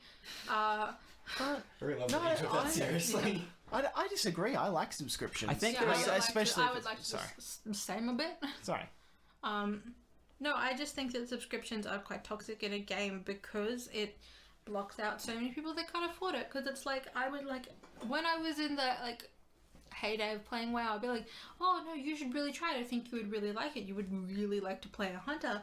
And my friend would be like, yeah, I would, but I can't because I'm too poor. So it's a little too much of a cup tease. Yeah, and it's just like, I would just really like people to be able to afford it. And like gaming isn't because the thing is, with WoW, you have to buy the game, and it's very cheap now, except for the most recent expansion. Is it cheap? Yeah, it's like It's like $25 for all of the base games. Okay. When they come out at like $80-90 Australian. Yeah. And you still have to buy the base one. Everything up to Warlords of Draenor is free now. Yeah. Oh, well, that's excellent. But you still have to buy the $90 thing, which is enough. No. You know? And I would be okay with them. Well, they've already said we'll make it free because they were dropping it down crazy. But, you know, if they didn't have subscriptions, then if they said, okay, it's $120 for World of Warcraft. Like the whole thing. I don't think that would be financially viable though, just because of all the server space. Yeah, I think that it would, because if they implement things like Guild Wars has, where you have to pay to enter a tournament, not much, $5, enter a tournament. Microtransactions in PvP, where it's an optional thing, and microtransactions in the outfits. If they brought in transmog that you could buy, which they have they now? There's like two weapons. There's like two things. But you know, Blizzard has pets, WoW has pets, and a couple mounts that you can buy with microtransactions, and that's real great. And I think they should do more of that rather than subscriptions, because they make a heck of a lot of money from those. Yeah. But they're not going to, because they're, you know. It's also like... Because it's WoW. Blizzard are doing a lot better than ArenaNet are. ArenaNet are like... You know, WoW is still earning them a lot of money from this. ArenaNet, like, they're doing... I guess from their business model, in a way, they're doing kind of a selfless thing, because, like, you can earn a lot of money from... Well, the thing is, because they're competing against WoW, who won't change, and I'm not saying that Blizzard should change, because, like, until... They should, but they won't, because they're at the top, and they just set the thing. But, you know, you can see that it's actually not viable for any other game other than the #1 game. And, because it just straight up isn't. Can you name one that hasn't gone free to play? Exactly. Yeah. I think a lot of, like, hero defense games, like, Dota, League of Legends, well, specifically not Dota, should really need to make heroes more affordable. Yeah, how much are they? I've never played one. It depends. They can go anywhere from, if I'm specifically using Heroes of the Storm, which I think is pretty baseline price, they can go anywhere from being like $5 per hero to like 20, I think. So, I think the 20 is way too much. Yeah, so hold on. Are the more expensive heroes, quote unquote, better? No, there are no characters that are better than other ones. I think. Why would they be more expensive? Well, there's a meta, isn't there? It's the more expensive ones are the ones that are more recently released, I think. So can you not actually earn heroes in Heroes of the Storm? You can. It's just But you can just buy them. You can buy them, but like the more they cost, the more longer it takes to earn in-game currency as well. Oh, so you buy them. Oh no, so you have to buy them. You can't just earn one. You don't get to like level 20 and you've unlocked. No, there are two currencies. The in-game currency you earn. So you always have to buy them. There's always a like.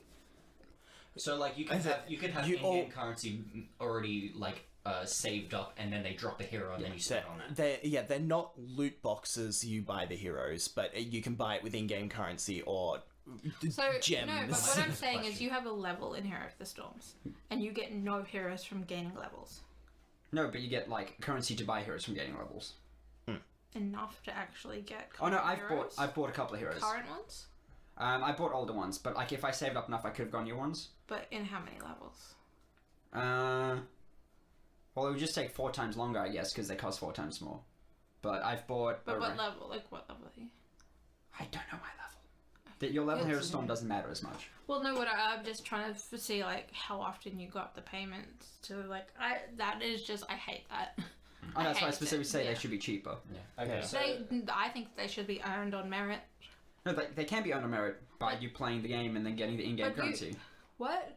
You said that you only get it from hitting specific level benchmarks. No, but you said from playing the game and winning matches and doing quests. Oh, you never said winning matches or quests. I have never played Heroes of the Storm. I have no idea. Oh yeah. So the way you earn coins is there's daily quests, which is just like saying either playing different specific classes or winning matches with Oh, classes. so like Hearthstone. Actually, Like Hearthstone. Yeah, usually it's just playing as well. You don't have to win because just like play 3 well, I matches think as a that's certain fine. price. I think that should be cheaper, and you should get it should be on merit, and you get extra currency for winning, but also you get them for heroes, and the XP should be buffed. yeah. So what are you guys like I was asking before? What are some like ideas you would like implement to any given game? Like you can use a game as an example to make the business model better for free to play. Like any input you have on that specifically from a developer's perspective, but also maybe consumer friendly.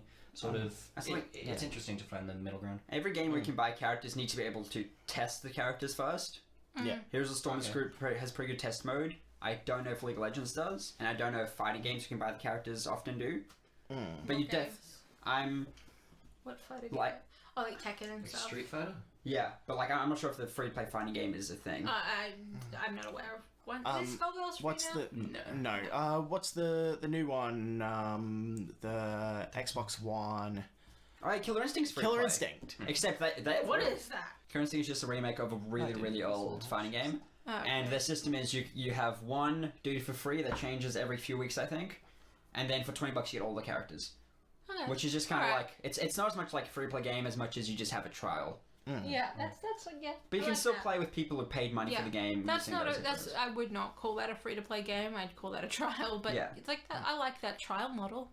That's good. What about you, Ryan? If you made a free to play game and you were like gonna make money off of this. It's good. Like I suppose it kind of depends on the game. Like if it's of course. if it's an MMO, the Guild Wars model is really good. Like having boosts and cosmetics are really the best way. Right. Because I don't think besides fringe cases, I don't think games can get away with just doing cosmetics, which is generally the most consumer friendly way of doing a free to play I game. disagree. I think you can gain money solely from cosmetics, but you need to as long as they have purchased a base game. I'm because I am talking about before Guild Wars split, because I considered Guild Wars to be with the expansion, and you're not playing the real Guild Wars if you don't have the expansion. And before the expansion, you had to buy the base game. So what I'm saying is, I think that as long as there has been a base game, and because Guild Wars there was a bit of downtime between the expansion and it going free to play. It went free to play before the expansion. Yeah. And I think that's fine because people still had to buy that base game initially in the big hype. They made their chunk back. As long as they make production costs back at the start or within their perceived budget, like their timeline. Okay, so like kind of like on the quote unquote launch weekend, they make production. Oh, costs not the back, launch and then weekend, over- but like just kind of like soon you're gonna after have launch. like a set timeline where you think, okay, this is how much we need to make, otherwise we are failing, Right. and then we need to consider And shutting then down the service. everything from that's because just like profit? well, because there's launch weekend typically an MMO is going to be in the red Right. until they get all the people like fully playing, Right. Yeah. because yeah. that takes like a week to like, because some people buy it and they don't register their keys, Yeah. and then then you have people to play MMOs very the shops have to varying. send back the sales stuff. It takes Right. like a week before you know. Okay. Yeah. Ish. But I think that as long as you've paid for the base game in an MMO, I don't think that there should be subscriptions, and I think that it should be cosmetics and boost, and then DLC or expansions should then be like buy that because that's new content. Right. So anything else outside of cosmetics and stuff like that? Well, like, I think that was the most consumer, like, that's the most consumer friendly, but I don't think that it's very also profitable. like, I don't think it's as profitable as it could be, and that's kind of where you need to find the middle ground, because like, I in my head, I'm just like, look, you know, the most consumer friendly option is the best option for me, but obviously I'm not these businesses, and these businesses are going to be like, well, you know, we need to find like, ways to there's make server money as costs. much as we can. The server Well, cost and the cost of people maintaining the game, and the cost of people making the small new cosmetic content. Yeah, like Like, if you plan to never bring out an expansion and you launch free to play, I think that selling boosts and selling cosmetics, I think it is still viable as long as you have your expectations and your reality, and you need to start with a smaller server.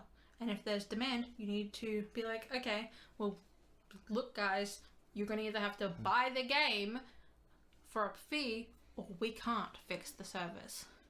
Well, that's good. that's when there's kind of also the thing of like some games, like if a game has a subscription model, then it needs to give you things for the subscription.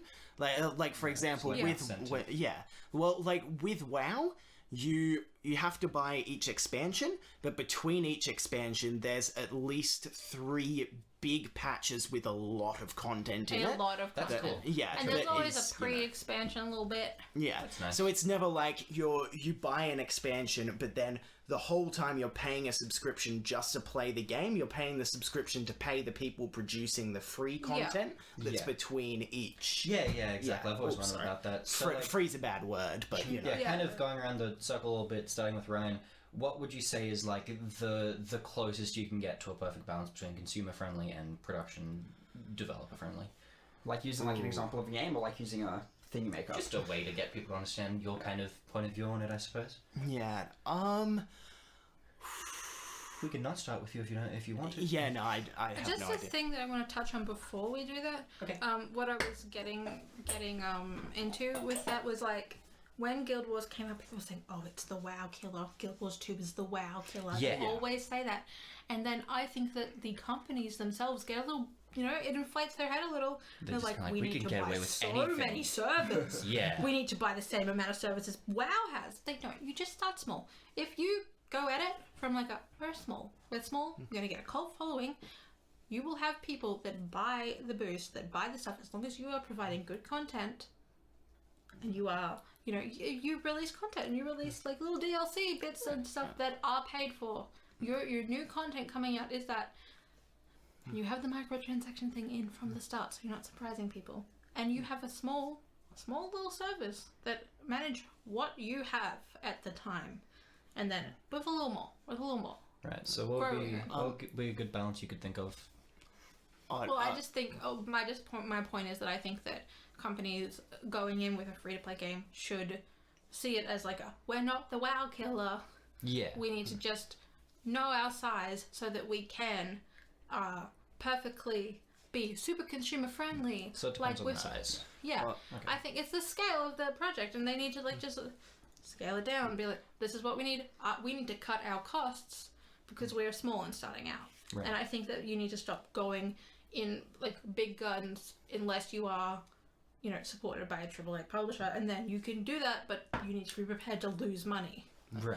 The problem is if you don't overshoot how many people are going to be coming in. I'm not saying don't overshoot. I'm saying Don't super duper overshoot. don't Yeah. super duper. Because then you end up with a Pokemon Go situation, which was actually going to be my answer to your question. Okay, hell yeah. I think Pokemon Go, you need to, like, it's not perfect from a consumer point of view, Yeah. but it's pretty good in the way of a balance. I don't think that it's good because, once again, I'm more consumer friendly side, Right. but it's like most of it is it's either boosts or cosmetics. And, Those are the like, things yeah. you can Yeah. buy. And you can earn Pokeballs at a good enough rate if you go to enough Pokestops. Yeah, I mean, that's a it's really like, good example. I you didn't think about know, that. the problem with Pokemon Go, the main problem with that is the incubators.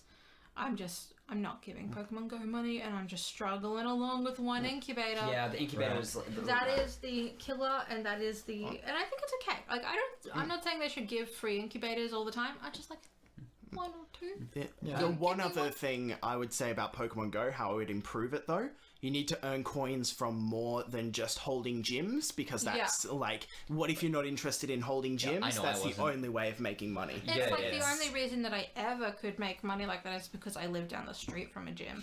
And like literally me and my brother would run down there if somebody tried to take it. I sat there for like an hour just battling with this guy once, and I was like, they're in a car, I've walked here. So who's the real winner? It's me, because I Besides got that, it's a miles on my decent head. model. Yeah, I got the fitness that they wanted me to. Yeah, the thing with Pokemon Go is, I think that I gotta kind of put the ball in that park, because there was absolutely no way they could have known it was going to be as big as it was. Like, it was... I disagree. I think that they should have They known. should have predicted it. Really? Because it Yeah. was so much bigger than I The expected week them before to. it launched, the level of hype that there was, they should have gone and been like, no, we need to get more. Here's the thing, they did. So what They happened should was have got more. they took all of the top the top of the top mobile games, Clash of Clans and stuff like that. Yeah, but okay. They took that, they then overshot it, like a huge amount, and then they times that by 10. Okay, never, yeah. Okay. Okay. There was absolutely no way But- they could have known. So I think they No, were not that they could mainly... have known the situation, but I think they still should have had more than they did have. And especially since they had a rollout release, Yeah. they should have addressed this much faster Yeah, than just they a did. lot of stuff with Pokemon Go was like they had a pretty small team, you know, it was just kind of like, oh, Niantic, it's not actually like big old Pokemon boys making the thing. They had And- the income from Nintendo, though. Yeah, no, well, like, I think the main point that I'm trying to make is they did quite a good job with the microtransactions and all the paying With stuff, the because they, microtransactions, like, yeah. they would have been like, holy shit, what happened to the servers every single minute? Like, I Yeah. can't remember a time I opened it without having server issues. Taking the conversation back away from MMOs and Yeah. Pokemon, one game that did a really good model was Blacklight Retribution, made by also a smaller studio. It's just pretty much, it's kind of like, it was more of an alternative to Call of Duty, like basic Okay. hitbox shooting and stuff. Right. But it just has like mechs and stuff, and like just adds more content. And it's just like basic multiplayer And shooter. how was the And it was just you could buy new guns and stuff that you can own. I played this so long ago. better guns? I think that was a specific thing. The guns that you start with are as good as the other ones in terms of that's like great. damage Yep. per second and Cool. stuff. I I played think this that's great. years ago, but I remember having. Yeah. I remember getting top in the leaderboards in my first few matches, despite never spending $1. And I think, Excellent. and like it was mostly just like cosmetics things, like painting your mech and things like that, or getting Yeah. different mechs. But I think remember that's having great. a lot of fun with that, despite never spending $1. Yeah, I think that's real great because I am a person that would have gone and like I've played this game for 5 minutes. I will spend it like I will buy cosmetics. But I think that's I've great watched that because happen it one doesn't. It's not. It is just straight up like it's not pay to win. Yeah. Excellent. Good job. You've done your job. Yeah, that's And actually... did it have server problems? I don't remember there being any lag at all. Interesting. Yeah, Rowan, if you want to kind of mention your balance thing for a second, I have another question, because that's what I'm doing now, apparently. I think Black Mirror Retribution was it was just kind of Yeah, like, so just it like- needs to be as fun as possible for free-to-play players, while not making them have a disadvantage against paid players. So Yeah. there was definitely more of a focus on cosmetics. I think it was cosmetics and like weapons that function differently but were equally good. So just kind of like it was more of a focus on your way of playing. So So it's like with maybe- money, there are more play Yeah. styles. Yes. Maybe okay. if you're a sniper, you would have had to spend $1 or $2, but That sort of thing. Yeah. Kind of like DC Universe Online had different kinds of powers and different. I think that's fine. weapons because behind it's like paywalls? this is what the free-to-play game is. If you want to play it differently, chuck us a reasonable amount of money, Right. and then that's yours forever. Yeah, and then you can, and also then that kind of differentiates you because like Yeah. if you have the light powers and things like that, you're in the minority because you paid for it. Yeah. It just kind of makes you feel a bit more special. It does. Yeah, It makes exactly. you feel special. Like- It makes you feel better than people. I think that because I'm obviously not going to have a big point of view on like a good way to balance, because I have a lot of experience with free-to-play games in general, or developing games, knowing like all the grueling effort that you go through for making a game. But for me personally, I think it's just because I've always seen free-to-play games as never, ever an actual full game. I've always just seen it as more of a demo and just kind of like, I'm going to hang out with this. So I don't really...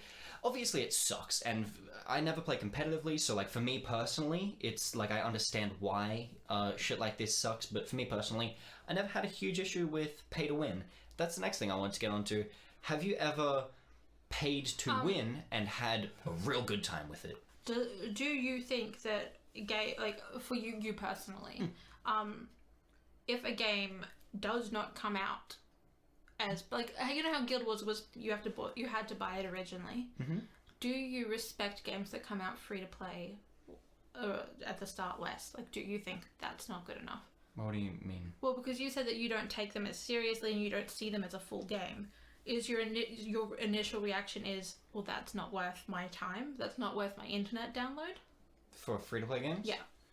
Yeah, pretty much. Games that come out. Oh, it's just interesting to me. Pretty much. Just I'm just if making a game, sure that I'm... Yeah, if a game comes out as free-to-play, like, if I just see a game on Steam and it has the price free-to-play, my mind instantly goes to, that's not a full game. You, skip over it? Pretty much. That's so interesting, because for me, it's not with free-to-play, but games that are under, like, $5, I just am like... I kind of have that as well. Yeah. I go on huge bends of spending maybe $6 on a bunch of 99-cent games and just shitting on my entire day.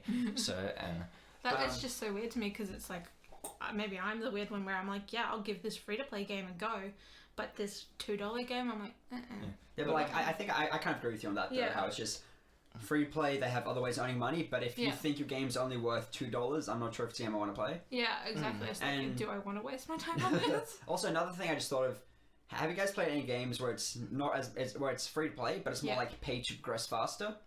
Like, I played a decent amount of War Thunder, which was such an amazingly fun game for the first few hours. is that the planes one? War Thunder's planes and tanks. I played mostly tanks. Right.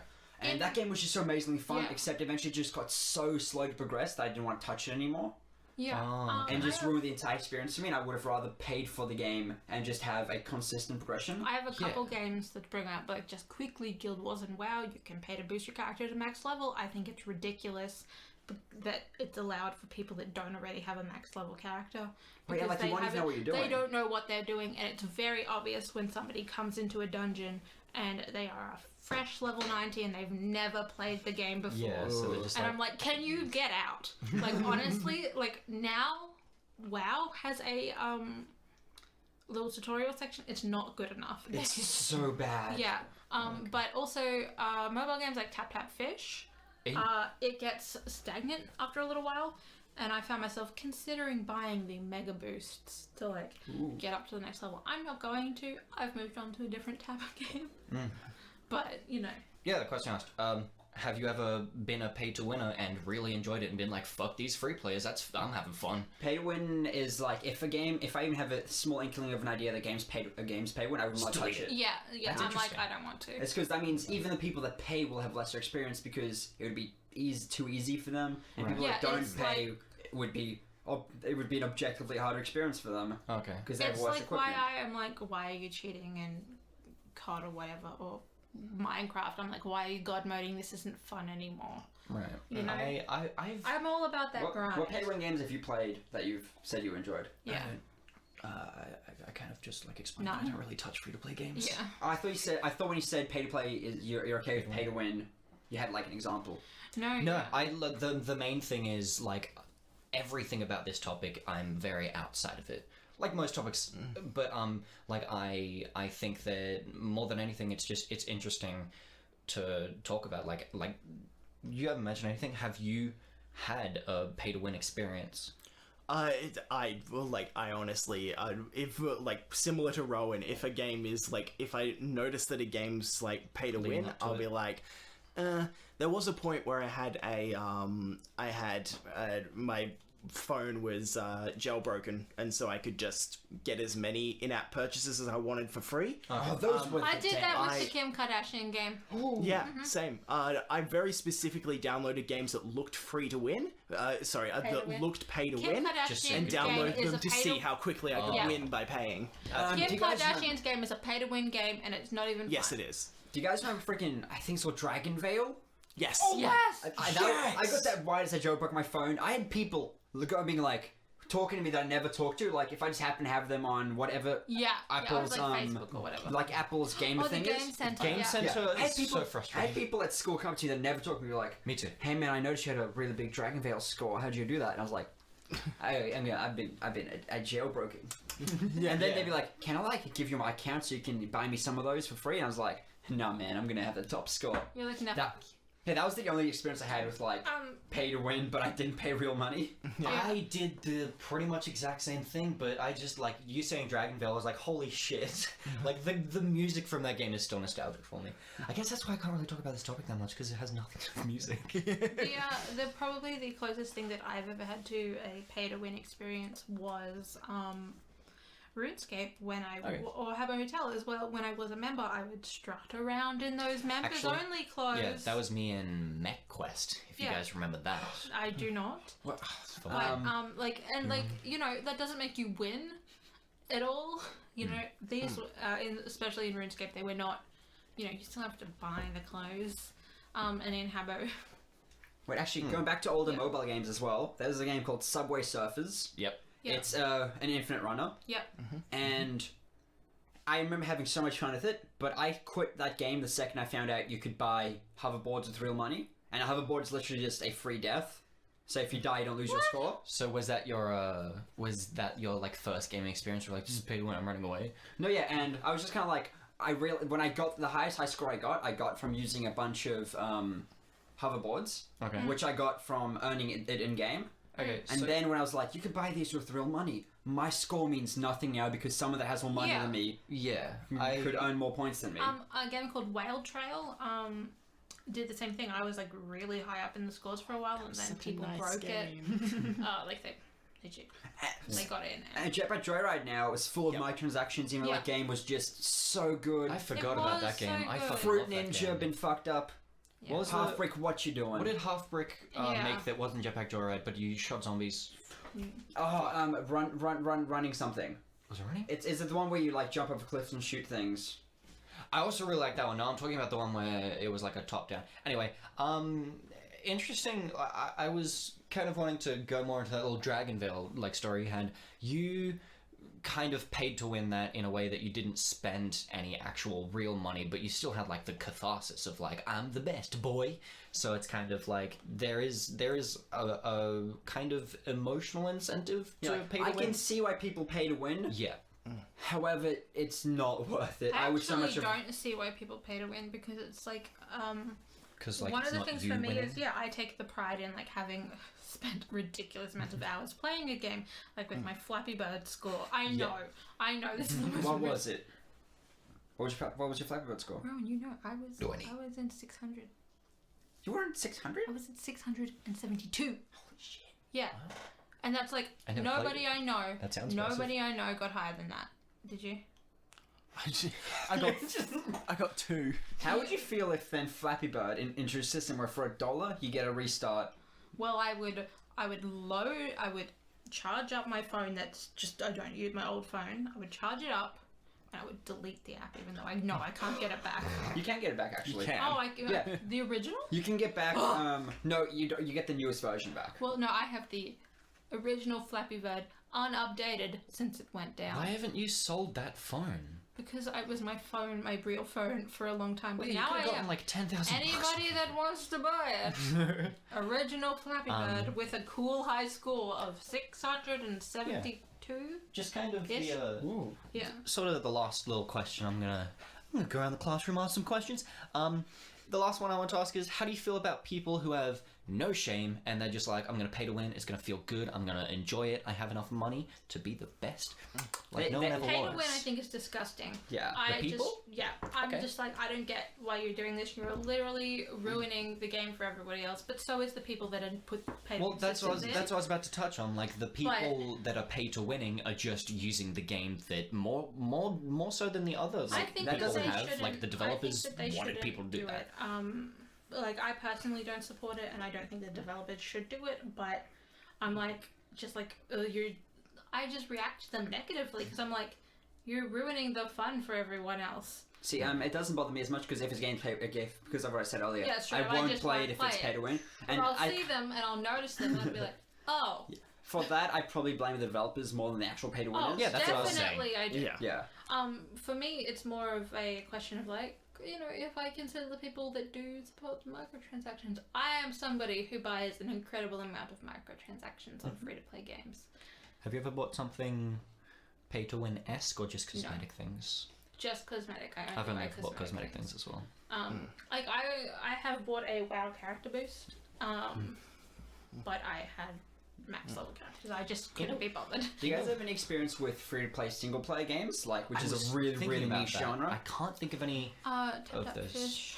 Oh wait, Yeah, just except for mobile, because mobile is yeah, market. like, I genuinely can't No. think of any. No, I can't think of The any. only played. desktop one I've played, because I've played a bunch on mobile, of course. The only desktop one I've played is Adventure Capitalist, which is a clicker game. And the only one I've ever spent on the game, I think I spent like $3 to just double how much I own everything, and then I've just like, I'm earning currency fast enough now to have fun with it. And I was just like, then I had fun with that game.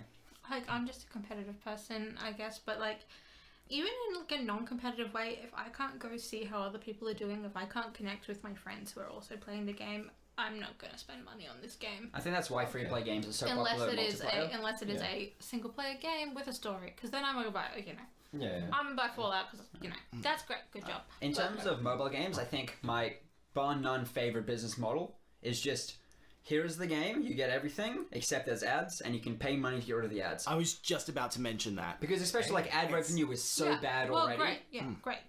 Just Great. that's just a perfect business model to me. That's You gonna delve into that? That's exactly, it's not pay to win at all, Yeah. and just Pass it over to you. Let Oh, Ryan have it's a go. pretty much what I was going to say. One thing, Neko Atsumi.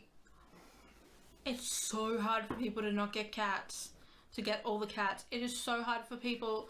I jailbroke my phone. Not my phone. I jailbroke my iPad, and I have every cat and every item, and I was like banking on the fact that I could eventually be able to send things to my friends, and we never could. But they teased it, so I was like, yeah, and I'll send it to all my friends because it's just making everyone happy. And like the point of the game for me was to just get the new cats, and like it was like a little pay to winny. Oh yeah. Oh, yeah, Because definitely. it was like literally almost impossible to get all the cats. Wait, actually that reminds me, you know what's one of the worst business models for pretty much anything? It's really popular on mobile. Like the Simpsons tapped out model. Oh. Yes. Where it's like, pay to stop waiting, you cuck. Yeah. That was started by Farm Village. Yeah, we'll start with fun. I hate it when they're like in the tutorial, like teacher's like, no, I want to save this gem. Yeah. This is Yeah. my only gem, and I When know they- I'm gonna be able to buy a pink thing with it, and I want to yes. save it for that. That's a good example of affecting the game with the decisions, like when it just affects the pacing. Like I know, like this is kind of a mobile model where it's just like, Yeah. oh, you leave it for a while and you come back to it and we notify you, hey, your thing is ready.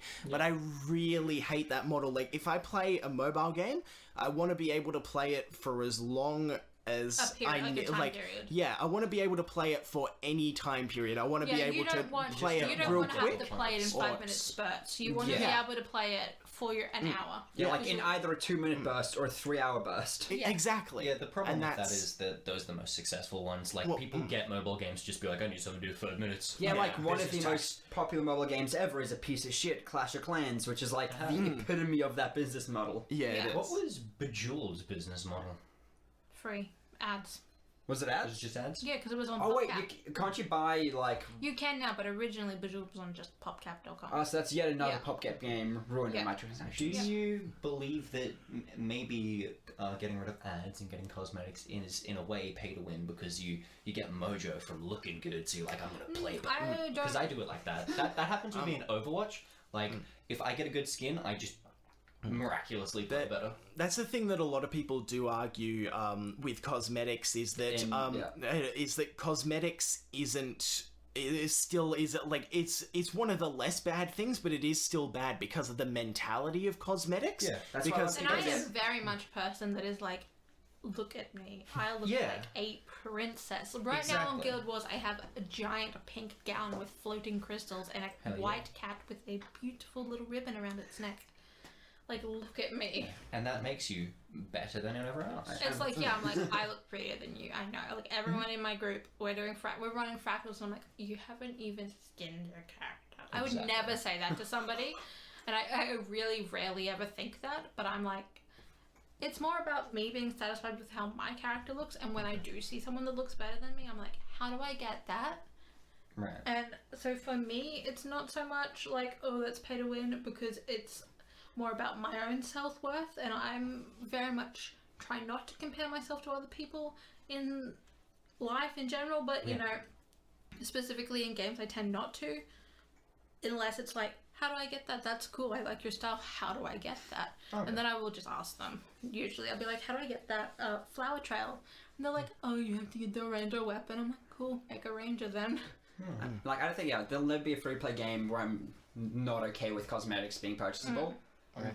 It's just in pay-to-play games, that's where it becomes more of an issue to me. Yeah. Yeah. So, Like, I hate the Overwatch business model Yeah. so much. I do anyone agree. likes it. Yeah, it's I horrible. don't think Blizzard likes As it. we discussed last time, if they just, for me personally, if they just fixed the gold rate, then I would be a lot happier. But Me they too. won't because of that dollar. Fucking, I'm still, like, I've gotten so many sticker duplicates. It's Like literally, I have a friend who was quite distressed because she has been saving her gold for 2 skins, and she has the gold ready. She was just waiting because she actually, the thing is, she plays nearly 12 to 14 hours a day of Overwatch. Yeah, it's like a. It's hard to she get plays. gold. She plays a lot of Overwatch. 12 to 14 hours is a lot Yes. of your day. That's like me Dark Souls for a Like, week. every single day? She's like wake up, play Overwatch, go to sleep sort of person. Oh, I should raid her cupboard for food. Yeah. Well, it's all moldy. There you go. But you know, so she does have the gold to buy these, and she's waiting. But she's waiting because she might get them. And boy, was she mad when when it went down a little early. She was crying because she's like, I've missed out on the Mercy and someone else's skin. This is something that we forgot to cover in the news, but it's fine. They took down the event early on accident, and so they've extended it now. Okay. But yeah. She plays it in a ridiculous amount, and only just then does she still has to prioritize her favorite characters. She can only afford 2 legendary skins. Yeah, it's just so Yeah. dumb. It's Just so entices hard. me And so it's messed like, up. I don't think she particularly cared for any of the Lunar New Year skins, so she What? wasn't spending money on Oh, them. those are great ones. I'm not super sure, but you know, Okay, just yeah, it's like since Christmas, she's had from like January till now to be getting that money. she's built up money for the gold for 4 months and still has only enough for 2 skins. Like, Yeah, holy shit. and like I'm sure that she has bought other things, Yeah, but I you wouldn't know, even have a problem if they let you buy gold. Like, Yeah. that's like let us marginally buy better. the gold Yeah. so that I can have Or it. just buy the skins straight up. Yeah. Like, you'll get less money, but also we'll complain on our podcast well, less. if they are. No? Well, it's just much more consumer friendly if we could just buy the gold. I still think that, yeah, for a $6 game, that should be all you spend on it unless it's MMO. Yeah. They are not going to lose money on servers if someone spends $60 for the Exactly. game. You should be able to earn. You should not be able. Shouldn't have to spend another cent to get the skins you want. In my personal opinion. And Overwatch has a decent business model if it was a free-to-play game. Yes. And even then, it's Even still then, a it's a decent shitty one, model. actually. Yeah. Do you guys think that are you pro free to play game? Would you personally, would Nuggcast ever bring out a free to play game with microtransactions? The only reason I would never, like, even if I personally was making a game, the only reason I would never release a free to play game is because I would never want to make a multiplayer game. Well, if you were. Yeah, but like if I was going to make a multiplayer game, I would be super okay with making free to play. Not even, because my thing is, I personally never want to make a free to play game. I want to make a base transaction game, and like I just want to buy the game. Just buy the game. It's $15. Buy it. And I think whenever I play for a I game, like free-to-play games. I don't think I've ever played a free to play game and very very rarely played free to play game and never. I don't think it's viable for indie studios. So I mean, unless you're like really lucky, like the guys that made Path of Exile, it's not viable. So like that's what I'm saying is I'm like, more like us indie. personally. Why would we ever? Oh no, yeah. If it was just us, then definitely no. That's Like not gonna happen. Nuggbox. Yeah, Nuggbox I would also never. Even with employees and stuff. Like then, I don't think I've ever played, except for Dota and Path of Exile, I've never played a free-to-play game where I haven't thought, this would be a better experience if it was just a base cost and you got everything. Yeah, that's a good point. But you don't want money? You get a little money? Get a little, One thing that... money? I'm talking about. The money isn't so much a problem for me, it's just like making a game free to play, I think, you know, and Micah definitely shows that, actually attracts less people. Oh. Yeah. And I think that, you know, I believe in it, the product that I make, and I want it to be as consumer friendly as possible, so I only want microtransactions to be cosmetic, because it's not a mobile game, it's not going to have ads. Yeah. Keep in mind that I'm a bit duty when it comes to money. Like, I would rather play Bioshock Infinite for the 6th time than buy a Lots game. of people are like that. Yeah. I want everyone that plays my game to get the best experience they can, and that's just not possible if it's a free-to-play If you game like unless Exactly. you're Valve. Yeah, exactly, because we are not, like, and it's like, just indie companies in general. I don't think I'd ever They release a game with microtransactions in general. It'd just be base price and then you get everything. Or like you can eventually unlock everything at a really I like good the rate. eventually unlocking everything, and I don't necessarily think that a game that's not on mobile needs microtransactions. I think that you should be able to, but I do believe that there should still be the dual currency situation, and it's a lot harder to get gems, for instance. But you can still earn them at a reasonable level, but they are difficult. I don't like the thought of that in a paid game at all. That just At all? At all. I hate it. But I don't mean like you can't ever buy gems with real money. Oh no. What I'm talking about is just dual currency, where it's like, this is your cosmetic currency, and it's hard for you to. Okay, I don't mind. It kind of depends how you it's do on it. merit. My point is, I just think that you should have to earn things on merit, ideally, in the ideal world. Oh no, yeah, only things merit. I like that. It's just Which it's like, If you- so the biggest, pinkest, puffiest dress costs the most. yeah, it's where I draw a line is the second you add microtransactions into a pay to play game, you're expecting people to buy those microtransactions, which means you're going to ruin the progression. You're going to at least slow down the progression system a little bit, so people aren't earning Oh, things I'm not fast talking enough. about it as a microtransaction. Oh, yeah. I'm talking about it as like, there's a fashion vendor, and if you want to get the best dress, you have to go and maybe actively go do something. I'm all for Yeah. working hard to get the fine dresses, as long as you can't get the fine dress quicker, you're just paying money. Well, yeah, because I'm talking about no microtransactions. Oh yeah, that's fine. Yeah. There's a big thing that was is going around, and it's like quite an interesting thing about how they make games. There was a conference at GDC, and it was talking about how to milk whales. Oh yeah, So whales are essentially people who spend a lot of money on microtransactions. Yeah, like it's the sort of people like these people make up. These minority of people make up the majority of the profits of the games. I think there's Yes. two types of people that spend a lot, and one of them is me, who I'm like, give me all the cute cosmetic things, and the other one is, we all sort of know the type of person who's like, Just has too much money. they have a lot of money,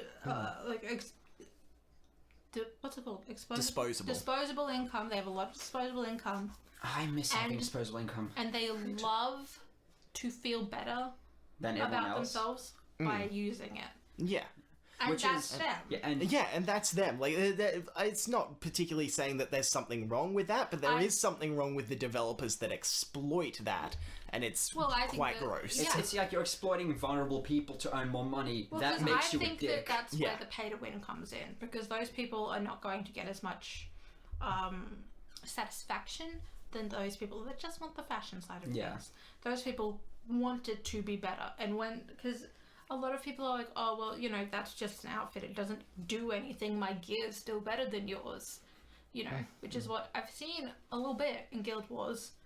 People shit talking like, why are you buying cosmetics? I'm like, what does it bother? What does it matter to you? a pretty princess. Yeah, it's like, my gear's still better than you anyway, cuck. But Good word. But, like- I don't know, I don't really. I feel like if I were a developer and this whole milking the whale situation thing, I wouldn't. I feel like I wouldn't have a problem just adding an option for someone to give me a shitload of money. That sounds nice. But that's like just That sounds like a that's lot of like the tacos. summary of evil corporations. Well, you know, see- because they're destroying the fun for all the people that are not paying to win. I'm thinking more of a donate button, but like you can only donate $100.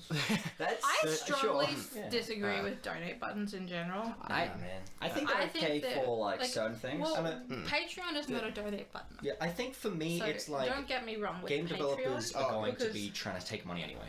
Yeah. So I kind of I- it's not I that just- I don't think they're disgusting. I just think they're equally as disgusting as every other franchise. I am just disgusted by the people that are like have the corporation mindset.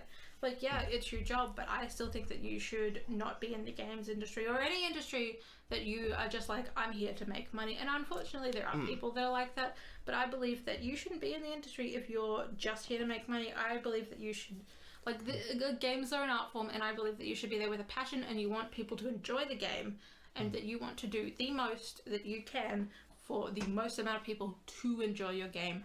And to make it enjoyable for all those players, which means not ruining it with pay to wins. And the thing, Micah, with that is that games are a particularly immersive experience. There's a difference between like, oh, there's an option that you can buy these things, and the game legitimately, like, this conference was about manipulating people into buying your microtransactions. So gearing the game in a way that makes it so that you feel like you need these microtransactions Sounds like a good to conference get to have the way. tomatoes at.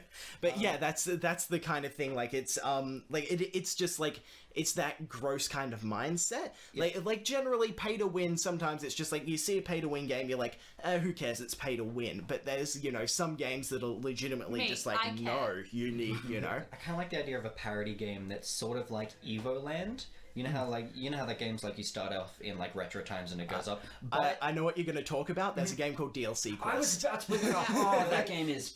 Yeah, it's a great satire on DLCs. It's just okay, it's cool. a wonderful commentary. Yeah, I just like specifically in my mind, I like the idea of like it's just a white screen and then you pay to get a background. Is that pretty much just what it is? And DLC Quest, you start without the ability to move left or jump. Yeah, exactly. I like that. Yeah. I really like that because like another thing about it is that like I feel like I don't know my ideologies when it comes to big old corporations trying to steal money from little baby boys and comedy kind of clash a lot because I would find it really, really funny to put a donate button in my game. You can only donate $3,000. That's like the minimum. But And also, someone gonna might do that. It. Someone exactly. will do it to see what happens. And see, the thing is, and like, then they'll sue you. I would have a disclaimer. I would have a disclaimer be like, all you're going to do with this is give me $3,000. I'll use it to buy some food. But, like... It's a lot of food. It's enough for at least a couple of days. Like, it's just like, I like the joke. You're just eating caviar all the time, okay? Oh, caviar sounds nasty. It is. I love caviar. I've never had caviar. It's just I salty. have had caviar and it's fine. I don't like the pops. And when you But yeah, like, it's just... It's like the mentality of all of a sudden I have three... Like, it's kind of... I want to make a game just for rich people to give me money. Because exploiting rich people don't have a problem with that. What's at that freaking one app that was released and then eventually taken off the App Store? Yeah. I Am Rich or something? I Am Am I Rich. Rich? Yeah. It costs $1,000 and it's literally just like an image of a gem or something. Yeah, yeah. 9 people bought it. Yeah, I would exactly. much prefer, and it's just like my mindset when it comes to like how I view games and creating games is I would much prefer that the rich people give me their money because they're enjoying their time in my game and that they think that my game is a worthy product. Yeah, and like Because that- instead of probably not as financial wealth, people feeling like they Yeah. need to spend money on the game when they probably shouldn't. Exactly. I just am more of the kind of person that gets more self-worth out of and I value my self-worth and my how I feel about my my morals over my to an extent my financial situation. But I would rather just be making this really great game and that in turn will give you better income. You know, if you do good by people, they're going to do good by you, and they're going to buy your game, and they're going to support you. And that's the way that I would rather go about it, and that's the way that I wish that everybody else will go about it. Yeah. Yeah. You know, I don't know, it's hard for me to explain kind of where I'm coming from without just being free money's funny because it kind of is. It's it's not funny because it's just someone wasting their money on me, but it's just kind of Like, the closest thing I can equate it to is the fucking... From years ago, the potato salad Kickstarter. Oh. Yeah. Like, Well, kind of my thing like is- that was just a joke, but he got a shitload of money My for it. thing is, like, the app has already been done, so it's like, that was a meme that happened. And like, Rich yeah, people Potato fucking Salad suck. Kickstarter's already been done. Yeah. Now stop trying to do it. All those clones of Potato Yeah, Salad I'm like, Kickstarter. please. So just personally for me to sum up, free to play can be just a really good system if it's done well. Keep microtransactions the fuck out of multiplayer. You'll Out do of it one full day. price games. There you go. Yeah. Fuck off. I agree. Georgia. I'm just like, How you feel? I just feel like, just think before you free to play, because Oh, I like that. I want to put that on a shirt. just because I think that you can work out a better business model than microtransactions. But if you need to, please don't do pay to win. If free to play turns out being your best option, just please don't pay to win it. Just microtransaction it. Just make some pretty clothes. That's all. I like that. Make people have to buy pets. That's always a winner. Mounts is always good. So, like, I do like free-to-play games, but, like, I do agree with Rowan's assessment earlier of I can't think of a free-to-play game where I haven't thought, if I just paid for this, I know it would be a better experience because there wouldn't be all of this stuff in the way. Although I do understand, like, the appeal. Like, obviously, I don't have much disposable income. Getting a game for free is nice. But obviously, yeah, there is that thing of, like, it could be so much more if I could pay for this kind That's of thing. true. We are really talking from a point where, like, we have We're all enough. poor students. Yeah, Yeah. but we still have in our priorities where we'll just buy a game. Like, 4 Yeah. out of 5 comes out, we're gonna buy it. Yes. So Yeah. it's not like, you know. Yeah, we have, like, you know, we have games as a priority in our We purchases. do have disposable income. Yeah, I think that that's just, you know, it can be a good model if you use it right, but yeah, it's kind of, your game could be better if it was just a paid game rather than a free game. You just kind of need to determine that when you make your game. Yeah. Yeah. Could be so much better. Could be. Kind of for me, it's like I think a lot of reason as to why I don't give a shit if like people just like chuck in like a shitload of microtransactions in a paid or a free game is just because I've gotten to the point where I just expect shitty things from the games industry. It's just it's gonna happen. There are gonna be people out there. There are like thousands and thousands of mobile games that exist purely to get money from you, and I've just kind of gotten used to it. It doesn't I really think that like I we- don't get yeah. angry about it anymore. I think So that I'm you just need kind to of like, keep getting fuck it. angry about it. Yeah, I Otherwise, feel like it'll getting never, angry is the best thing you can do. it'll Or else never, developers, it'll never get better. or it'll Yeah. never stop. I don't have an influence on anything, you guys. I'm a baby boy. The consumers have the most influence. But me in specific, You're a consumer. I don't tweet anything. No, you are very specifically a consumer who has the most influence because you vote with your pocket. Yeah, I just don't give a shit anymore. Like I avoid free to play games. Fuck it. Yeah, it's just kind of a state of the industry thing, and yeah, I will say though that there are some good free to play games that are fun. See, I view free to play games as kind of a demo of what the game could be if they didn't put a lot of shit behind a paywall. And if a free to play game's small enough, like I still enjoy the demo every now and then, like a demo or a beta of a game. That's still fun. So I just kind of get into a mindset of like I'm not gonna get full experience. This will just be something I fuck around with for a little bit. So, what you guys been playing this week? Overwatch. Oh no, I've only played Overwatch. That's I haven't had like personally a whole heap of time to play because I've been like just Everyone, so busy. everyone It's is like pretty busy lately. assessment block, and I've been doing like other outside of school things. Like touching puppies. Yeah, touching puppies. Mainly. Well, that's a school thing. But you know, which I actually do want to touch on. We once again attended the Dyson Pixels Indie Well, hey. Indie Showcase. I showcased my art this time. Next time, we will be showcasing next month. It is the 25th of May. May. Thank you. 25th of May.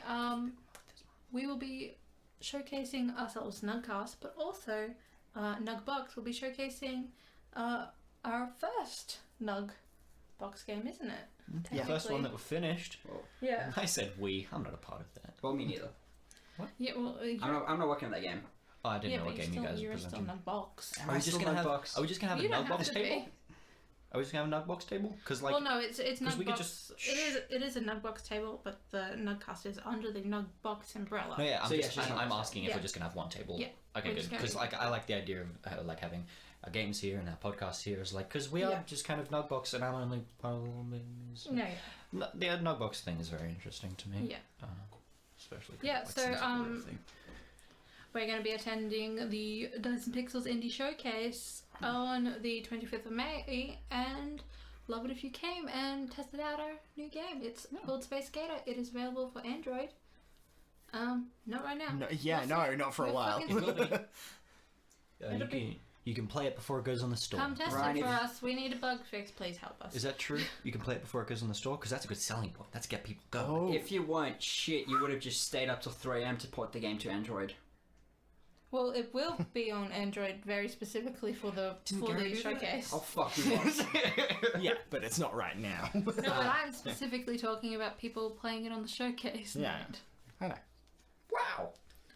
That was to my hair ties, by the way. But as far as games go, yeah, I've been playing Catmine Katamari, which It's a I know good game. Rowan has also been playing. I started about 50 minutes before the podcast. Very fun. It's very cute. The music's great. It's just, if you like Oh, the Katamari music. games, this will be a nice little The Katamari homage games to have some them. of my favorite music. It's so Yeah. fucking weird and cool. It's a clicker game. It's it's Tap Tap Fish but different. Yeah. With less fish and more prints. Exactly. Gotcha. Lots of cousins. So many cousins in that game. But yeah, it's real good. There's microtransactions and that shit. Oh, what that's like. You can actually earn the... Yeah, it's actually... I Yeah, feel like it's the like- game is a good example as well, because Yeah. you can earn the candy, which is the same currency, once per day for, like, a pretty good amount. Yeah, it's pretty fine. It's the same way I feel about Tap Tap Fish. It's like they've done it pretty well. Yeah. Another game that I've been playing Flint Hook some more. Really good, guys. Play it. It's real good.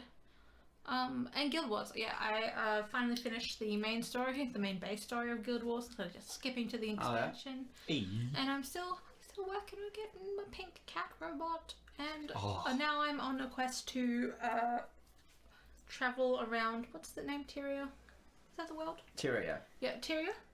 Yeah, traveling around Tyria, collecting cats to put in my home base thingy. Cats? Yep. You're just collecting cats? Well, this what it is there's like a little achievement. It's like a little secret thing that I found. You can get cats by having the correct food type of things that they want.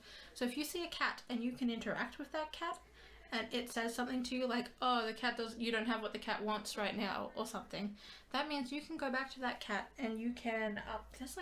I think there's like close to 30 cats. Yeah, I've run into one of those before and I have no idea what the hell was happening. So if you have the correct food type, and it's not always like cat type foods, there's some that want ice cream.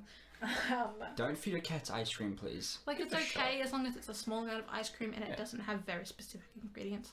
Just Google it, it'll be fine. Maybe. Give your cat some ham. But yeah, so you can go to them, and if you have the food type, they'll go to your little home base. And they live there, and you get all the cats. So you can get every cat. You can get all 30? Yeah, and they'll all live there. If you play as a Char, you can be a crazy cat. Yes, you can. Is there a chow cat? A what? No, I'm talking What? So I've been playing a few games this week as well. Yeah. Also, a lot of Tap My Katamari. Oh, and I played Sims 4. And I regret buying stuff. No, I don't, actually. Good job. That's a simple experience. I regret it. No, hold on. I have a family now. Yeah. So I've been pretty busy with uni work and regrettably having a social life.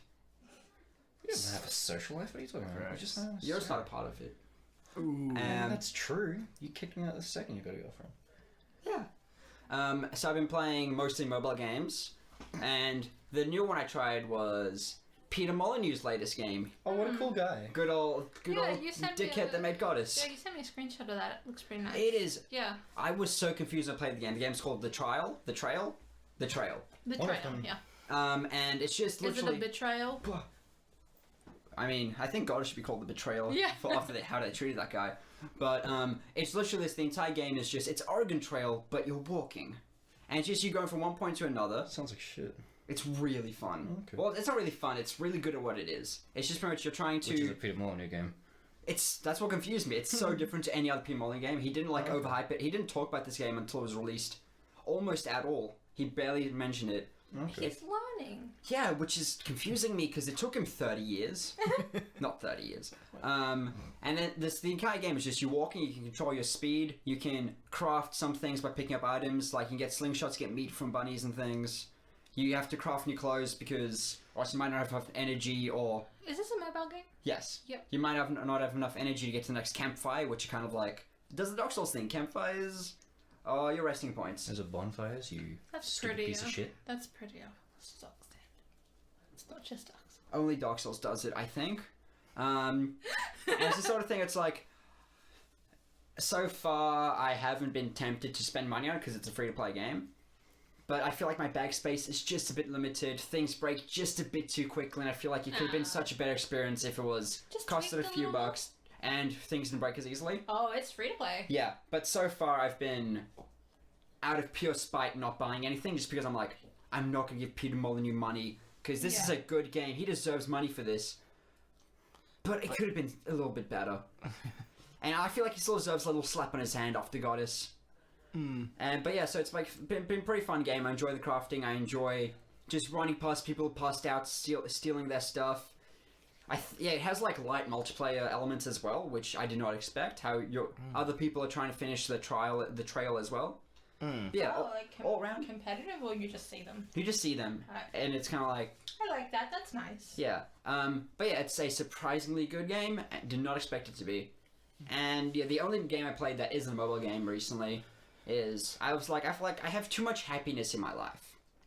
So, I hate you. a journalist known as Laura Kate Dale released a game called Acceptance, and it's pretty much the tagline for the game is a depressing game about being a transgendered person for non-transgendered people.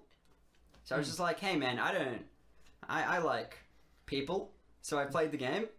It was not a happy experience. Yeah, I bet. I learned so much though. I was like, oh, these feelings that I never thought that I'm really were happening. glad. I'm really glad that it was like overall a positive experience. It's like, Even oh, yeah. it did teach you a lot. No, yeah, I'm glad you suffered. no, like it's the sort of thing where it's like, sad movies can be enjoyable. It's sort of like games don't have to be fun to be a good experience. Kind of like the beginner's guide, and that's how I felt about this game. It's just like it was a really short experience, but it conveyed so many things to me that I never thought I could, never really understood. Just because it might surprise you, I'm not a trans person.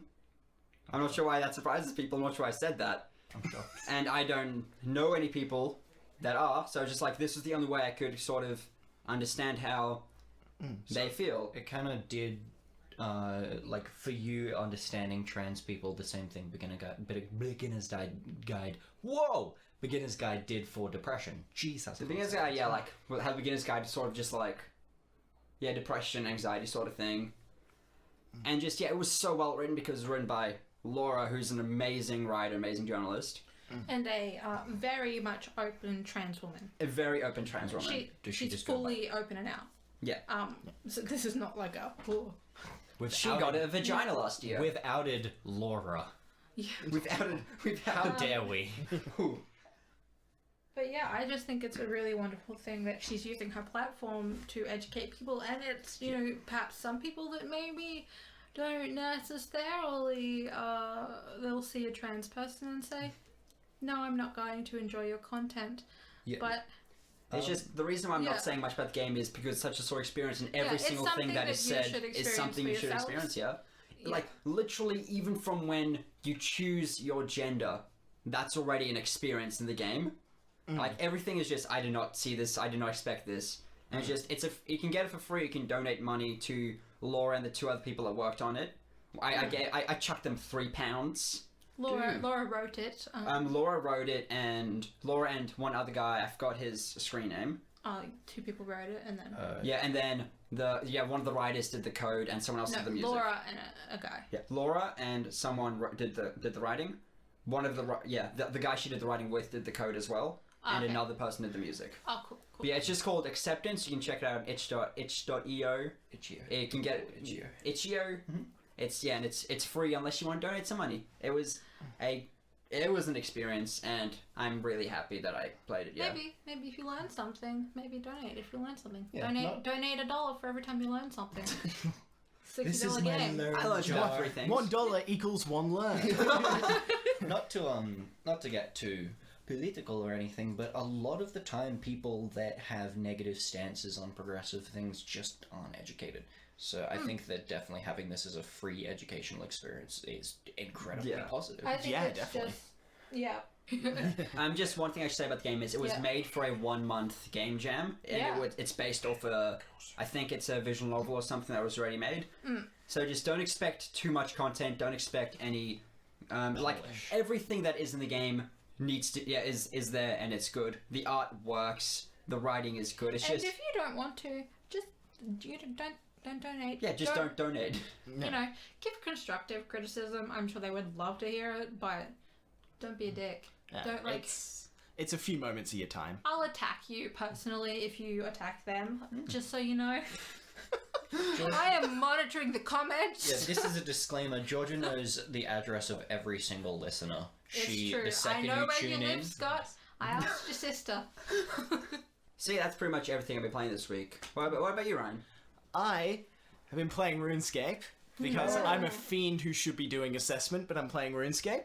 And nothing needs to be said about that. But I started playing a mobile game. It's called Cats. And it's pretty good. Cats is an acronym. It's Crash Arena. Team Racing? No, but it's an acronym. I don't remember what it's for, but it's Cats. You can find it. This is a call-out post for Georgia, who in the middle of the podcast is playing Tap My Katamari. Thank you. It's more relevant. But so basically, it's a game you play as cats, and it's like, if you remember those like little like, what is it? Is it Robot Wars? Where you people build robots and they fight? I think it's called Robot Wars. Yeah, it's basically that, but it's basically you play as cats and you're in these like big robot things, and you just basically fight each other, and you can fight competitively, you can fight in like just against AI in little tournaments, and you customize them. They have different bodies, they have different like saw blades, you can have rocket launchers, you can have all this stuff. That sounds you just amazing. fight against each other. Yeah, it's pretty What's fun. like the combat system? It's all automatic. So Okay. you basically you put your stuff on and watch how they And fight. see what I kind of like that. Yeah. Is this free to play? Yeah, free to play. It's I haven't come across the business model yet because I'm still like in the tutorial kind of thing. But it's it's probably not the best tutorial model. I saw the best business model. I saw gems in the top corner. You just know that that's going to be a thing. But so far like it's just a little fun game, and I like that Robot Wars thing. It has a really cute style. It's got cats. It's great. something in my phone just autocorrected to cats the second you said it, so that's cool. Ooh. So, what about you, did you have Micah? anything to say, or did you Boring shit. I played Overwatch drunk, and then I like said in the chat, I was like, hey guys, I'm drunk, sorry if I suck. And then someone was like, haha, and I picked Junkrat, and everyone was like, oh, dude, that makes total sense. And they all started calling me Drunkrat, which was real I love funny. that. Good. And then I whipped their asses, the enemy team, and I did surprisingly well. And then in another game, someone got really mad at me for not playing well. So, and I've played it a lot since as well, because it got to a point for me where I could only play Overwatch if I was under the influence, just because, I don't know, it made me miss last year when I was always drunk and playing Overwatch, I guess. But, like, yeah, the community is so polarizing. Like, I saw one dude complaining the entire game about lag, and I think he said something racist or something, and then right at the end he was like, you know, it was still a pretty good game. Eh. I was like, what? Yeah. And then, like, I just, there are so many people that are really, really nice. Like, today I was playing, and I had, like, this rivalry with a Hanzo, and I was Farah. I shot down at the floor, killed myself accidentally, and he laughed at me. And I was like, you didn't see that? And I was like, yes, I did. And I was like, we became friends. And then, you know, I've had people just shit all over my walls and my day.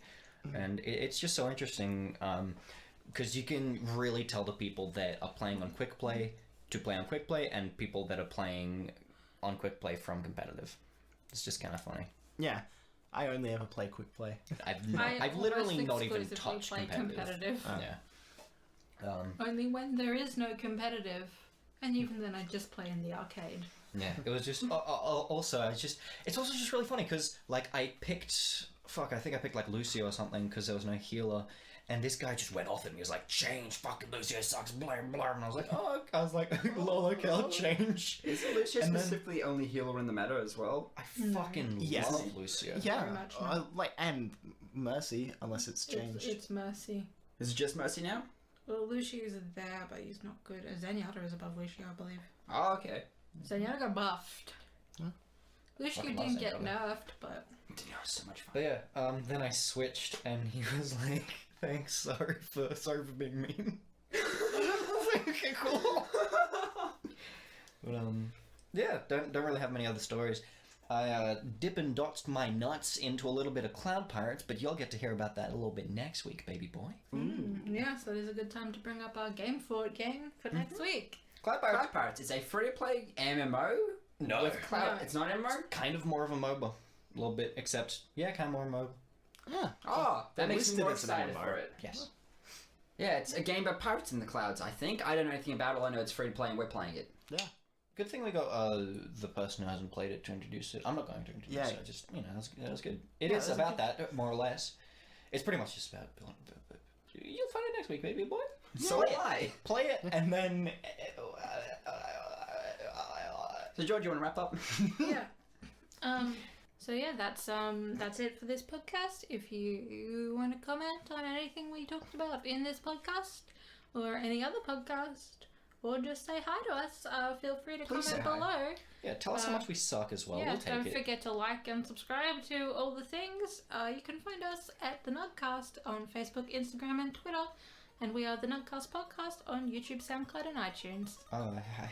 html.com/2. Yeah, remember we That's us. upload every Friday at 12 p.m. Australian Eastern Standard Time. See you next time. Have a cool time. Yeah.